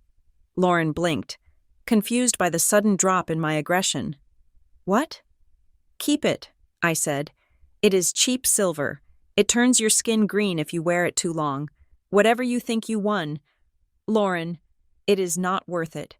"You are not going to the police?" she asked, her voice wavering. "I am going to finish this," I said. "But not the way you think." I turned and walked away. "Haley," she called after me. "Dad will destroy you. He has lawyers." I didn't look back. I got into my car. My hands were steady. I had the evidence. I had the logs. I had the testimony. I could go to the police. I could have them arrested. It would be a scandal. It would be loud. It would be a circus. But a circus was just another form of attention. It would make them martyrs. Thomas would spin it. My vindictive daughter is trying to ruin me. The town would take sides. No, I didn't want noise. I wanted clarity. I wanted to dismantle the lie in a way that left no room for interpretation. I wanted to expose them not to the law, but to the people they cared about most, their audience. I drove back to the motel. I called Miles. "I have the IP confirmation," I said. "And I have a confession, verbal, but it confirms the motive." "Good," Miles said. "We can file the civil suit tomorrow." "No," I said. "Not a suit, Not yet. What do you want to do? I want a meeting, I said. A mediation, formal, recorded. I want you to invite them. Haley, that is dangerous. They will come prepared. I know, I said. I want them to come prepared.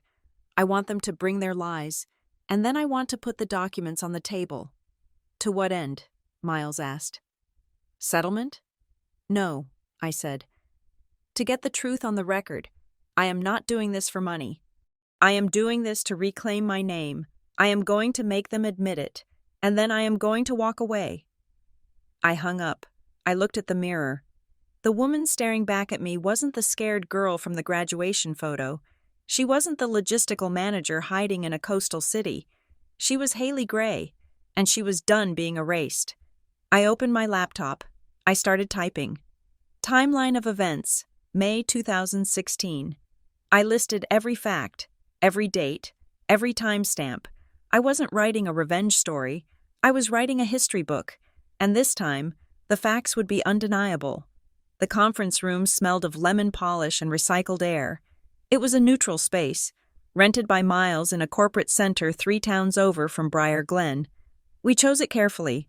It was not in my father's territory. It was not in the county where he played golf with the judges. It was a sterile, glass-walled box where his influence held no currency. On the mahogany table, I placed a black binder. It was 2 inches thick. Inside was the timeline, the police report for the motel intrusion, the IP logs from Gray and Finch Accounting, the affidavit from Janelle Pike, the screenshot of the threatening text. Miles sat across from me, reviewing his notes. He looked like a lawyer today, sharp suit, yellow legal pad, a demeanor that was professional but guarded. Are you ready? He asked. I am, I said. My voice was steady, but my hands were cold. Remember the goal, Miles said. We are not here to get them to love you. We are here to get them to admit the liability. We want a settlement that clears your record and secures your safety. If they refuse, we file the civil suit. They won't refuse, I said. Not when they see what I have. I had one more thing, a weapon I had found only yesterday. Buried in the digital archives of the campus safety office, after finding the IP address, I had gone back to the college one last time. I remembered that on the morning of graduation, campus security had called students who hadn't picked up their guest tickets by 10 o'clock. I asked if those calls were recorded. They weren't, but incoming calls to the safety dispatch line were. I had combed through the logs with a bored student worker, and we found it. A call time-stamped May 28th, 2016, 8:15 in the morning. I had the audio file on my laptop, queued up and ready to play. They are here, Miles said, looking at his phone. I stood up. I smoothed the front of my dress. I was not wearing the thrift store black. I was wearing a tailored navy suit I had bought for a presentation 2 years ago. I wore my hair down. I looked like a woman who ran a department, not a girl who hid in bathrooms. The door opened. My mother walked in first. Denise Gray was 60 now, but she fought it with expensive creams and rigid discipline. She wore a cream-colored cashmere coat and held a designer bag like a shield against her chest. When she saw me, she stopped. Her face did a complicated gymnastics routine. Shock, assessment, and then, like a switch had been flipped, the performance began.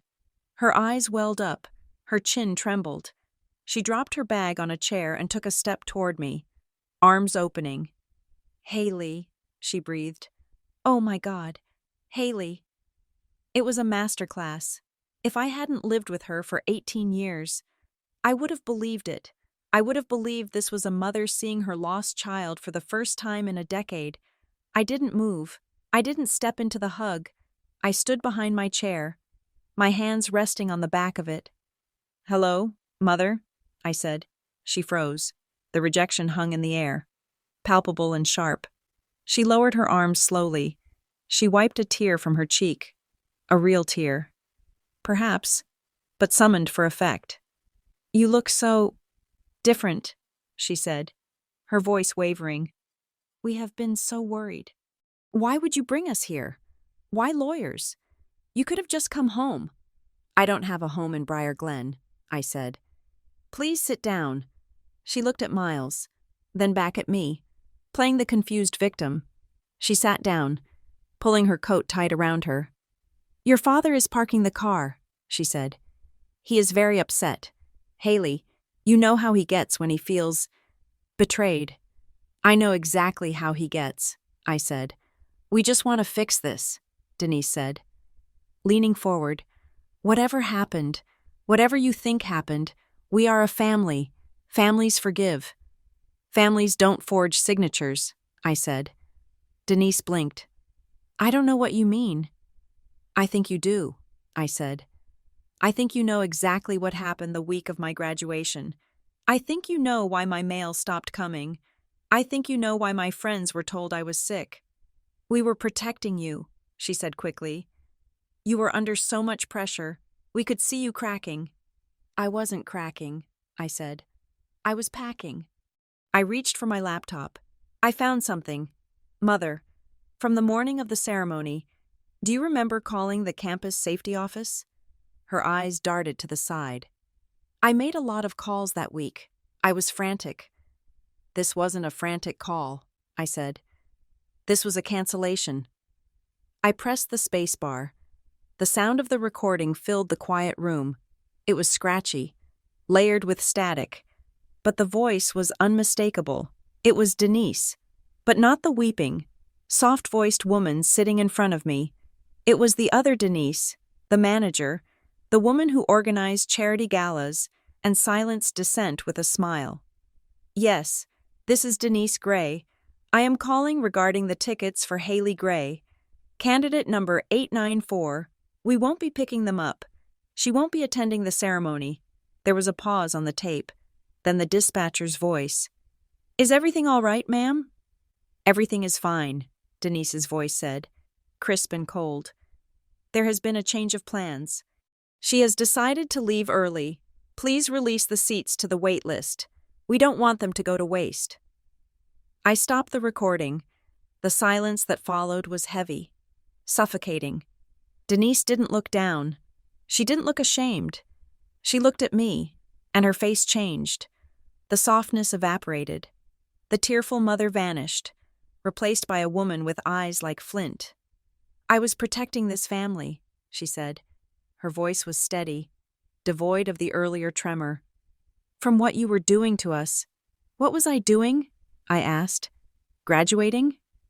You were humiliating us, she hissed. Refusing to sign the papers, refusing to help your father. You were going to walk across that stage and then drive away to some job in Ohio and leave us with nothing. You were abandoning your obligations. I didn't have obligations, I said. I had a life. You had what we gave you, she snapped, and you were throwing it in our faces. So yes, I canceled the tickets. If you weren't going to be part of this family, you didn't get to have us in the audience cheering for you. You didn't get to have the photo op. It wasn't just tickets, I said. You told them I was gone. You told them I left early. It was a kindness, she said. It was better than telling people our daughter was a selfish, ungrateful brat who turned her back on her father when he needed her. I felt a cold knot in my stomach. She truly believed it, in her mind. My independence was an assault on them. The door banged open. Thomas Gray filled the frame. He was red-faced, breathing hard. He looked like a man who was used to kicking down doors, not knocking on them. He wore a charcoal suit that cost more than my car. He didn't look at Miles. He looked straight at me. This is ridiculous, he boomed. Lawyers? Mediators? For a family squabble? He walked to the table and threw his keys down. They skidded across the wood. Hello, Dad, I said. Don't hello, Dad me, he spat. You disappear for 10 years. You change your name, which, by the way, is a dramatic stunt, even for you. And then you drag us to a rental office to threaten us? It wasn't a stunt, I said calmly. It was survival, and it worked. I built a life without you, a good life. A life based on a lie, Thomas shouted. You are living under a fake name. It is a legal name, Miles interjected smoothly. And Haley is a legal adult. She can call herself whatever she wants. Thomas turned his glare on Miles. And who are you? Some ambulance chaser she picked up? You have no idea who you are dealing with. I am the attorney representing your daughter in a case of fraud, identity theft, and harassment, Miles said. He didn't flinch. Please sit down. Mr. Gray, we have a lot to get through. Thomas laughed. It was a harsh, barking sound. Fraud? You think you can pin fraud on me? I don't think, Miles said. I know. We have the IP logs, Thomas. We know about the contact form. We know about the signature. Thomas stopped laughing. He looked at the binder on the table. He looked at Denise, who was staring straight ahead, her jaw set. He pulled out a chair and sat down. He adjusted his cufflinks, regaining his composure. He was a businessman. He knew when the leverage had shifted. Okay, Thomas said. He folded his hands on the table. Let's cut the theatrics. What do you want? Haley? Money? Is that it? You realize the logistics game doesn't pay enough and you want a payout? I don't want your money, I said. I make my own. Then what? He asked. An apology? Is that what this is? You want me to say, I am sorry for being a parent? For trying to keep you from making a mistake? I want the truth, I said. I want you to admit what you did. We did what was necessary, Thomas said. You were out of control. I was 22, I said. I was on the dean's list. I had a job. The only thing out of control was your debt. Thomas's eyes narrowed. You don't talk about my finances. I know about the loan, I said. I know you tried to make me a co-signer without my consent. I know you forged my name on the college forms because you couldn't forge it on the bank documents. Thomas went silent. He looked at the binder again. He realized I wasn't guessing. He leaned back in his chair. He took a breath, and the anger smoothed out into a practiced, negotiating veneer. Fine, he said. You have done your homework. You are smarter than I gave you credit for. He looked at me with something that almost resembled respect, but it was cold, predatory. Here's the deal, Thomas said. We can fix this, all of it. How? I asked. I will make a statement, he said. To the family, to the board. I will tell them that we have reconnected, that there was a misunderstanding years ago, a clerical error with the college, a miscommunication about your health. We will say you went away for, let's say, intense career training, something prestigious. He was rewriting history in real time. And? I asked. And, Thomas continued, I will set up a trust, retrospective support, to make up for the lean years, enough to buy a house, a nice house. In exchange, he slid a hand across the table, palm up. In exchange, you sign a non-disclosure agreement. You agree that the events of May 2016 are confidential. You agree not to disparage the family or the Family Promise Initiative, and you agree to limited scheduled contact. We don't need to be best friends. We just need to appear united. I stared at him. He was trying to buy my silence. He was trying to buy his reputation back. You want me to lie, I said. I want us to move forward, Thomas said. Haley, look at the big picture. What good does it do to drag this up? You destroy my reputation. You destroy the nonprofit. You hurt the community. You hurt your mother. And for what? Vindication? Vindication doesn't pay the rent. It is not about rent, I said. It is about my name. You stole it. You used it to tell people I was crazy. We can fix the narrative, Thomas insisted. We can say you are a success story. The prodigal daughter returns. Everyone loves a comeback. I looked at Denise. She was nodding slightly. She liked this plan. It restored order. It put the china back in the cabinet. I realized then that they didn't miss me. They didn't want Haley. They wanted the daughter-shaped hole in their photo albums filled. They wanted the questions to stop. They wanted to walk into the country club and say, yes, Haley is doing so well, without looking like liars. Their deepest fear wasn't losing me. It was losing control of the story. "No," I said. Thomas blinked. "Excuse me?" "No deal," I said. "I am not signing an NDA, I am not taking your money, and I'm certainly not going to pretend this was a misunderstanding." "You are making a mistake," Thomas said, his voice dropping an octave. "You are playing with fire." "I am the one with the matches," I said. The door opened again. This time, it wasn't a grand entrance. It was a frantic one. Lauren burst in. She looked disheveled. Her hair was windblown, and she was wearing the same clothes I had seen her in yesterday. She had clearly been summoned by a text from Denise. "What is going on?" she demanded. She looked at the binder, then at me. "Why are we here?" "Your sister is trying to blackmail us," Thomas said coldly. "I am not blackmailing anyone," I said. "I am holding you accountable." Lauren turned on me. Her eyes were wild. "You just couldn't stay away. Could you? You had to come back and ruin everything." "I didn't ruin anything," I said. "You did that when you logged into the student portal." Lauren flinched. She looked at Thomas.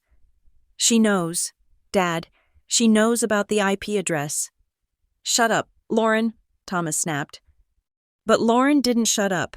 She was vibrating with anxiety and jealousy. She pointed a finger at me. "You think you are so innocent," she shouted. "You think you were the victim? You were leaving anyway. You made it clear you didn't want us. We just made it easier." The room went silent. "We made it easier," I repeated. "Yes," Lauren cried. "You were going to walk away and never look back. We just sped up the process. We made sure you didn't drag it out. We made sure you couldn't come back and leech off Dad later. We cut the cord because you were too cowardly to do it yourself." "Lauren," Denise grabbed her arm. "Stop talking." But the words were out. We made it easier. It wasn't protection. It wasn't a medical emergency. It was an eviction. They had preemptively evicted me from the family because I wouldn't pay rent with my soul. Miles cleared his throat. He opened the binder. "That statement," Miles said, looking at Lauren, "along with the IP logs and the testimony of the campus staff, establishes intent to defraud and cause emotional distress. In civil court, that is punitive damages. In criminal court, combined with the forgery, that is prison time." Thomas's face went gray. He looked at Miles. He looked at the binder. For the first time, I saw fear in his eyes. He wasn't afraid of guilt. He didn't have a conscience to trouble him. He was afraid of consequences. He was afraid of the headline, "Local Pillar of Community Convicted of Fraud Against Daughter." He was afraid of the whispers at the golf course. He was afraid of being unmasked. He slumped in his chair. The bluster drained out of him. "What do you want?" he asked. His voice was small, gritty. I looked at them. My mother, the operator, now terrified. My father, the bully, now cornered. My sister, the accomplice, now trembling. I waited. I waited for the sentence that would change everything. "We were wrong. We are sorry. We love you." I waited for 10 seconds, 20 seconds. The silence stretched. They looked at me with fear, with anger, with calculation, but not with love, and I realized, with a grief that felt like a stone sinking in my chest, that I would never get it.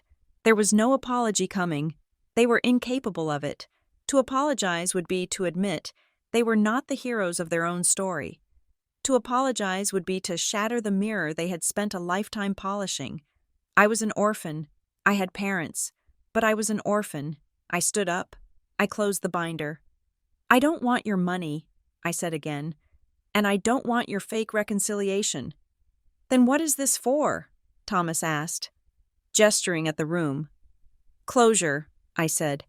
"Mine, not yours." I looked at Miles. "Give them the document." Miles pulled a single sheet of paper from his briefcase. He slid it across the table to Thomas. "This is a copy of the formal complaint Haley is filing," Miles said. Thomas picked it up. His hands shook slightly. "To the Redwood Valley College Board of Trustees," Thomas read. "To the Ethics Committee of the Briar Glen Family Promise Initiative. To the editor of the Briar Glen Ledger. No, Denise whispered. Haley, you can't. I can, I said. And I will. This destroys us, Thomas said. He looked up, his eyes pleading. If you send this, the nonprofit investigates, the firm gets audited, the college strips my donor status. You are burning everything down. I am not burning it down, I said. I am just turning on the lights. Please, Denise said. She reached across the table, trying to grab my hand. I pulled back. Haley, please, think about the family. I am, I said. I am thinking about the girl you left in a bathroom 10 years ago. I am protecting her. We can negotiate, Thomas said desperately. Double the amount, triple it, name your price. The price, I said, is the truth, and it is not for sale. I looked at them one last time. They looked small. They looked pathetic. They were not monsters under the bed. They were just people who had traded their humanity for appearances, and now the bill was due. The complaint goes out on Monday, I said. You have 48 hours to prepare your statement. I suggest you don't lie this time. I have the receipts. I turned to Miles. I am ready to go. Haley, Lauren screamed as I turned my back. You are a bitch. You are ruining our lives. Goodbye, Lauren, I said. I walked out of the conference room. I walked down the hallway, the sound of Lauren's sobbing and Thomas's shouting fading behind me. I pushed open the glass doors of the building and stepped out into the parking lot. The sun was shining. The air was crisp. I took a deep breath. It hurt. A sharp intake of oxygen into lungs that had been holding their breath for a decade. I felt a tear slide down my cheek. I let it fall. I was grieving. I was grieving the family I never had. I was grieving the hope that they might change. But beneath the grief, there was something else. Solid ground. I wasn't Haley Gray, the victim. I wasn't the girl who ran away. I was the woman who came back, looked them in the eye, and told them the truth. I got into my car. I put the key in the ignition. Monday, I whispered. I had given them a weekend to sweat, a weekend to watch the clock, a weekend to feel what it was like to have no control. It wasn't revenge, it was justice. And on Monday, the world would know. Monday morning arrived with the sterile precision of a guillotine blade. I sat in my motel room, my laptop open on the small, scarred desk. The file was attached. The recipients were entered in the To field. Board of Directors. Briar Glen Family Promise Initiative. Office of the President. Redwood Valley College. Editor-in-Chief. The Briar Glen Ledger. I didn't add a subject line that screamed for attention. I simply typed, Formal complaint and evidence regarding misconduct involving Thomas Gray, Denise Gray, and Lauren Gray. At 9 o'clock sharp, I hit send. There was no sound, no explosion, just a soft whoosh as the email vanished from my outbox. I sat back and waited. The reaction was not immediate, but it was inevitable, like dropping a stone into a still pond. The ripples took time to reach the edge. By 10 o'clock, my phone began to buzz. First, it was the college legal counsel, acknowledging receipt with a terrifyingly formal auto-reply. Then, it was a blocked number, likely Thomas. I didn't answer. By noon, the atmosphere in Briar Glen had shifted. I went out to get coffee, and I could feel the vibration in the air. Small towns run on gossip, but this wasn't gossip. This was documentation. Miles called me at 12:30. It is happening, he said. His voice was tight with adrenaline. The nonprofit board has called an emergency session for tonight. They couldn't ignore the IP logs. It is too specific. They have to address it or risk their own liability. Is Thomas going? I asked. He has to, Miles said. He is the treasurer. If he doesn't show up to defend himself against allegations of fraud, he is admitting guilt. But Haley, they want you there too. Me? They want the source, Miles said. They want to verify the complainant. Thomas is already spinning it. He is telling people the email is a hack, a fabrication. He is saying you are not even in town. I will be there, I said. I hung up and checked my voicemail. There was a new message. It wasn't from Thomas. It was from my mother. I played it on speaker. Haley, her voice was unrecognizable.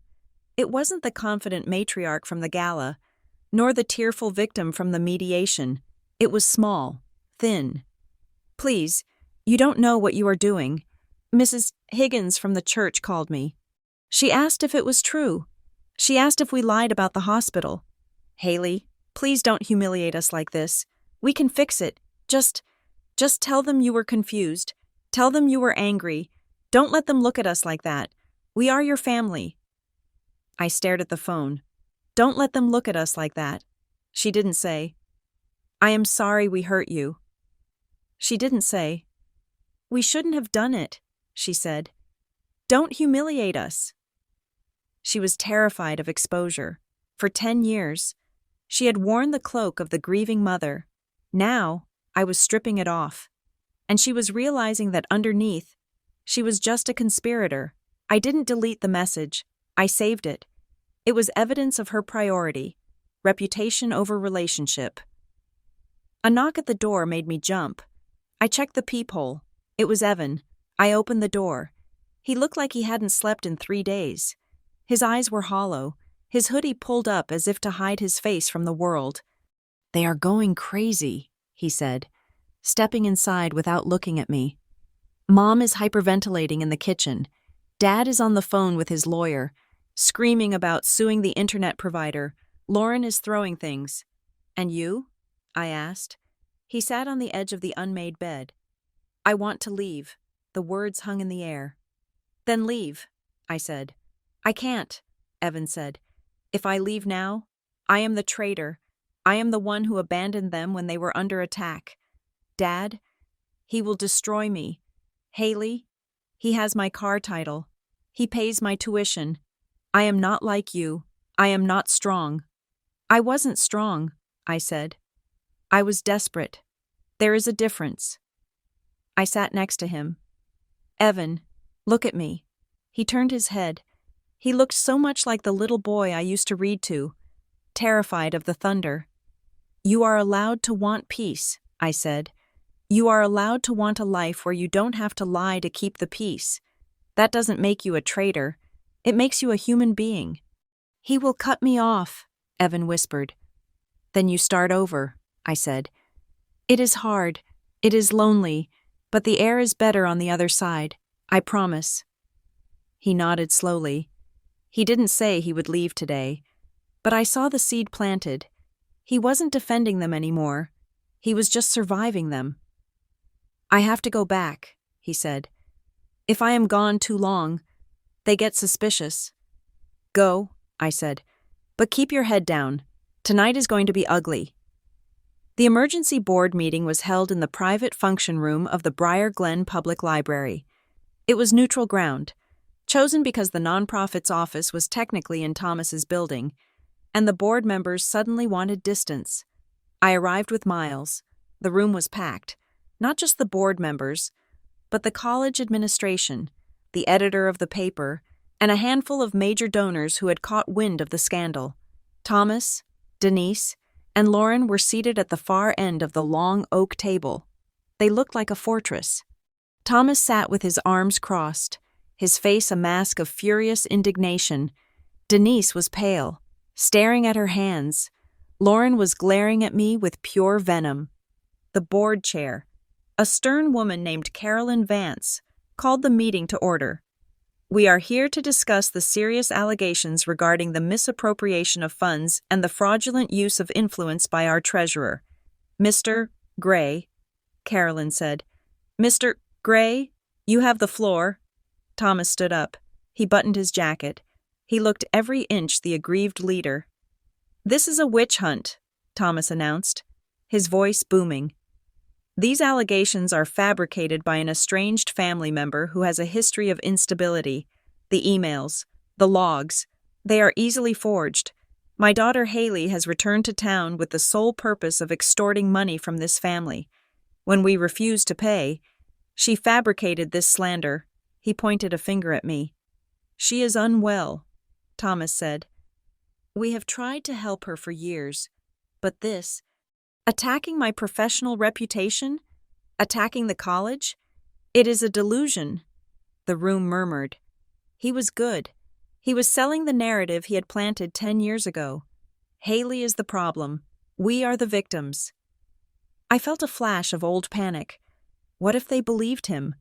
What if my binder of evidence wasn't enough against his charisma? Then, the door at the back of the room opened. 2 women walked in. Maribel Shue from the registrar's office, and Janelle Pike, the former temp. Thomas faltered. He stopped mid-sentence.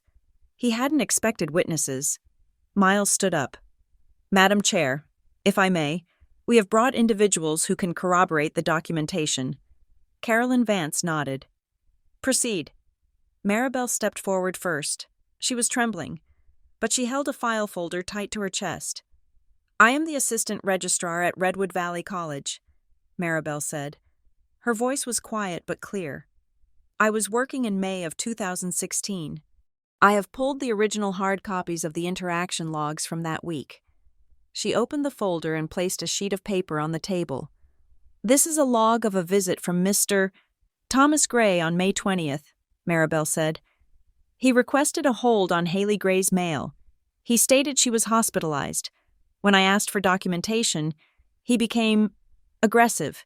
He told me that he was a personal friend of Dean Thorne and that my job would be in jeopardy if I didn't comply. Thomas's face went red. That is a lie. I never threatened anyone. I made a note of it, Maribel said, pointing to the log. At the time, parent hostile, cited relationship with Dean, processed request under duress. The board members leaned in. A handwritten contemporary note was hard to refute. Then Janelle stepped up. She looked nervous, clutching her purse, but she looked at Thomas with a steady gaze. I was a temp at Northlake Admin Services, Janelle said. I processed the change of address form on May 24th. The system flagged the signature as a mismatch. It was a forgery. Objection, Thomas's lawyer shouted from the corner. She is not a handwriting expert. I don't need to be, Janelle said, because I was told to ignore it.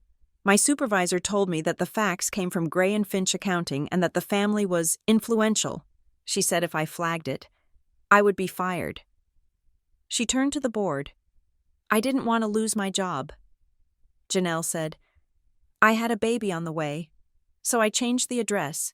I helped them steal her mail, and I have felt guilty about it for 10 years. The room was silent. You could hear the hum of the air conditioner. Lauren stood up abruptly. It was a misunderstanding, she cried out. We were just trying to help. My dad, he just wanted to make sure the mail didn't get lost. We didn't forge anything. Miles cleared his throat. We have the IP logs. Lauren, the change was made from a computer inside your father's office, and the fax was sent from his machine. Are you suggesting a stranger broke in, forged a signature, and faxed it to the college? Lauren opened her mouth, then closed it. She looked at Thomas for help. Thomas was staring at the table. The confidence was leaking out of him like air from a punctured tire. But why? Carolyn Vance asked. She looked at Thomas. Why go to these lengths? Thomas, why risk your license, your reputation, just to reroute some graduation tickets? Because she was leaving, Thomas shouted, slamming his hand on the table. She was abandoning us. It wasn't just about leaving, Miles said. He pulled a final document from his briefcase. He walked over to the table and placed it in front of Carolyn Vance. We subpoenaed the draft folder of Mr. Gray's work email from that period, Miles said. This was recovered from the firm's backup server. I looked at the document. I hadn't seen this one. Miles had found it late last night. What is this? Carolyn asked. It is a draft of a promissory note, Miles said, dated May 25th, 2016. It lists Haley Gray as the primary obligor for a debt of $40,000. It is a private loan agreement between Thomas Gray and his daughter. I stared at Miles. $40,000. It is unsigned, Miles said. But look at the email attached to the draft. It is from Thomas to his personal lawyer. Miles read the email aloud. Draft this up. I will get her to sign it when she comes back. She will be broke and embarrassed after the graduation fiasco. She will sign anything to get back in the house. Once I have her signature on this, I can leverage the equity line." I felt the blood drain from my face. He hadn't just wanted a co-signer. He had engineered a trap. He wanted to humiliate me, strip me of my resources, and then present me with a debt instrument as the price of admission back into the family. He was betting on my shame.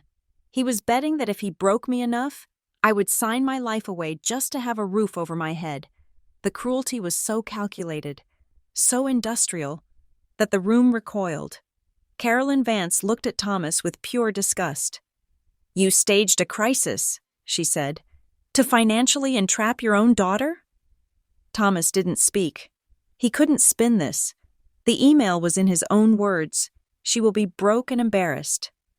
"This is a private family matter," Thomas whispered. It was a weak, dying ember of his former bluster. "No," Carolyn said. "You used your position at this nonprofit to feign virtue while you were destroying a young woman's life. That is not a private matter. That is a violation of our code of ethics. And frankly, it is monstrous." She turned to me. "Haley," she said, "do you have a statement?" I stood up. My legs were steady. I looked at my father, who was staring at his hands. I looked at my mother, who was weeping silently into a tissue. I looked at Lauren, who was looking at the floor, defeated. I didn't scream. I didn't cry. I didn't give the speech I had rehearsed in my head 1,000 times, the one about love and betrayal. I picked up a single sheet of paper. "Timeline of events," I read. "May 12th, 2016. Denise Gray confirms graduation tickets. May 20th, 2016. Thomas Gray reports false medical emergency to college. May 24th, 2016. Lauren Gray accesses student portal to change address. May 28th, 2016. Thomas Gray orders family to leave ceremony." I read every date, every action, every lie. I stripped the emotion out of it. I made it a ledger. "I am not unstable," I said, looking at the board. "I am not sick. I am a victim of identity theft and financial fraud perpetrated by the people in this room. I changed my name because it was the only way to be safe, and now I am reclaiming the truth." I placed the paper on the table. "I am done," I said. I turned and walked out. Miles followed me. We walked through the lobby of the library. The doors burst open behind us. It wasn't Thomas. It was the press. The editor of the Ledger had been in the room. He was on his phone, calling his news desk. I stepped out into the cool night air. There were people gathering outside. Word had spread that the board meeting was happening. In a small town, a scandal this big pulls people like gravity. I saw Mrs. Gable, the neighbor who had told me my mother was heartbroken. She was standing by the bike rack. She looked at me, then at the library doors, then back at me. She didn't wave. She didn't smile. She looked down, shifting her weight uncomfortably. She knew. They all knew now. The story of the poor Gray family was dead. A man I recognized, my old high school history teacher, walked past. He stopped. "Haley?" he said. "Yes," I said. He looked at me with a strange expression. Not pity, respect. "I am sorry," he said. "We should have asked questions. We shouldn't have just listened to him." "Thank you," I said. But as I walked to my car, I felt a strange emptiness. I had won. The truth was out. Thomas was finished. The nonprofit would fire him. The college would ban him. The town would whisper about his cruelty instead of his virtue. But it didn't fix the hole in my chest. Being believed didn't give me back the graduation. It didn't give me back the 10 years of holidays I spent alone. It didn't give me a father who loved me. I unlocked my car. "Haley?" I froze. My mother was standing by the corner of the building. She had slipped out a side door. She wasn't crying anymore. She looked exhausted. Old. I turned to face her. "What do you want? Denise?" I asked. I couldn't call her mom anymore. She walked over to me. She stopped a few feet away, respecting the invisible barrier between us. "You destroyed him," she said softly. "You know that? He won't survive this. His pride. It is all he has." "He destroyed himself," I said. "I just turned on the lights." She looked at me, searching my face for something. Maybe the daughter she used to braid hair for. Maybe the girl she could manipulate. "Why didn't you just come home?" she asked. "If you had just come home, we could have worked it out. We could have been a family." "You didn't want a family," I said. "You wanted hostages." She let out a short, bitter laugh. "Is there a difference in this world?" She looked toward the library, where the board meeting was dissolving into chaos. "You think we hated you," she said. "That is what you tell yourself, that we were monsters." "You acted like monsters." "We were terrified," she said. "He was terrified of losing the house, of losing status, and you were the only variable he couldn't control, and that made him crazy. And because he was crazy, I had to be crazy with him. That is marriage, Haley. That is loyalty. That is sickness," I said. She shrugged. It was a gesture of profound defeat, and then she said the thing that I would carry with me for the rest of my life. "If you left," she said, "we lost you. You would be gone. You would be successful and happy, and you would forget us. But if we hurt you, if we made you angry, if we made you fight us—" She looked me right in the eye. "You stayed close enough to argue." I stared at her. It was the core truth, the radioactive center of their dysfunction. They preferred a war to a vacuum. They would rather I hate them than be indifferent to them, because hate was still a connection. Hate meant they still mattered. "You are right," I said quietly. "I stayed close enough to argue, but I am done arguing." I opened my car door. "Goodbye, Denise." "Where are you going?" she asked. There was a sudden spike of panic in her voice. "Haley, where are you going?" She wanted me to stay and fight. She wanted the drama. She wanted the fallout. I got in. I started the engine. "I am going to change my name," I said. "Again?" she asked. "No," I said. "For the first time. The last one was a hiding place. The next one, that will be me." I rolled up the window. I didn't look back as I pulled out of the lot. I didn't look at the library, or the town square, or the house on the hill where I had learned that love was a transaction. I drove onto the highway. The road stretched out in front of me, dark and open. I was 33 years old. I had a car full of clothes and a heart full of scars. But for the first time in 10 years, the rearview mirror was empty. No one was following me. No one was watching. I turned on the radio. Music filled the car. I drove toward the coast, toward the water, toward a future that belonged to no one but me. Thank you for listening to "My Family Forgot My Graduation on Purpose, so I Changed My Name and Never Came Back." This story was a journey into the dark corners of family loyalty and the price of freedom. I hope Haley's victory resonated with you. I would love to know where you are listening from. Please leave a comment below with your country or city. It is amazing to see how far these stories travel. If you enjoyed this story, please subscribe to the Revenge Stories channel so you never miss an episode. And finally, share your thoughts in the comments in English. Did Haley do the right thing by exposing them publicly? Or should she have just walked away? I read every comment, and I can't wait to hear your perspective. Until next time.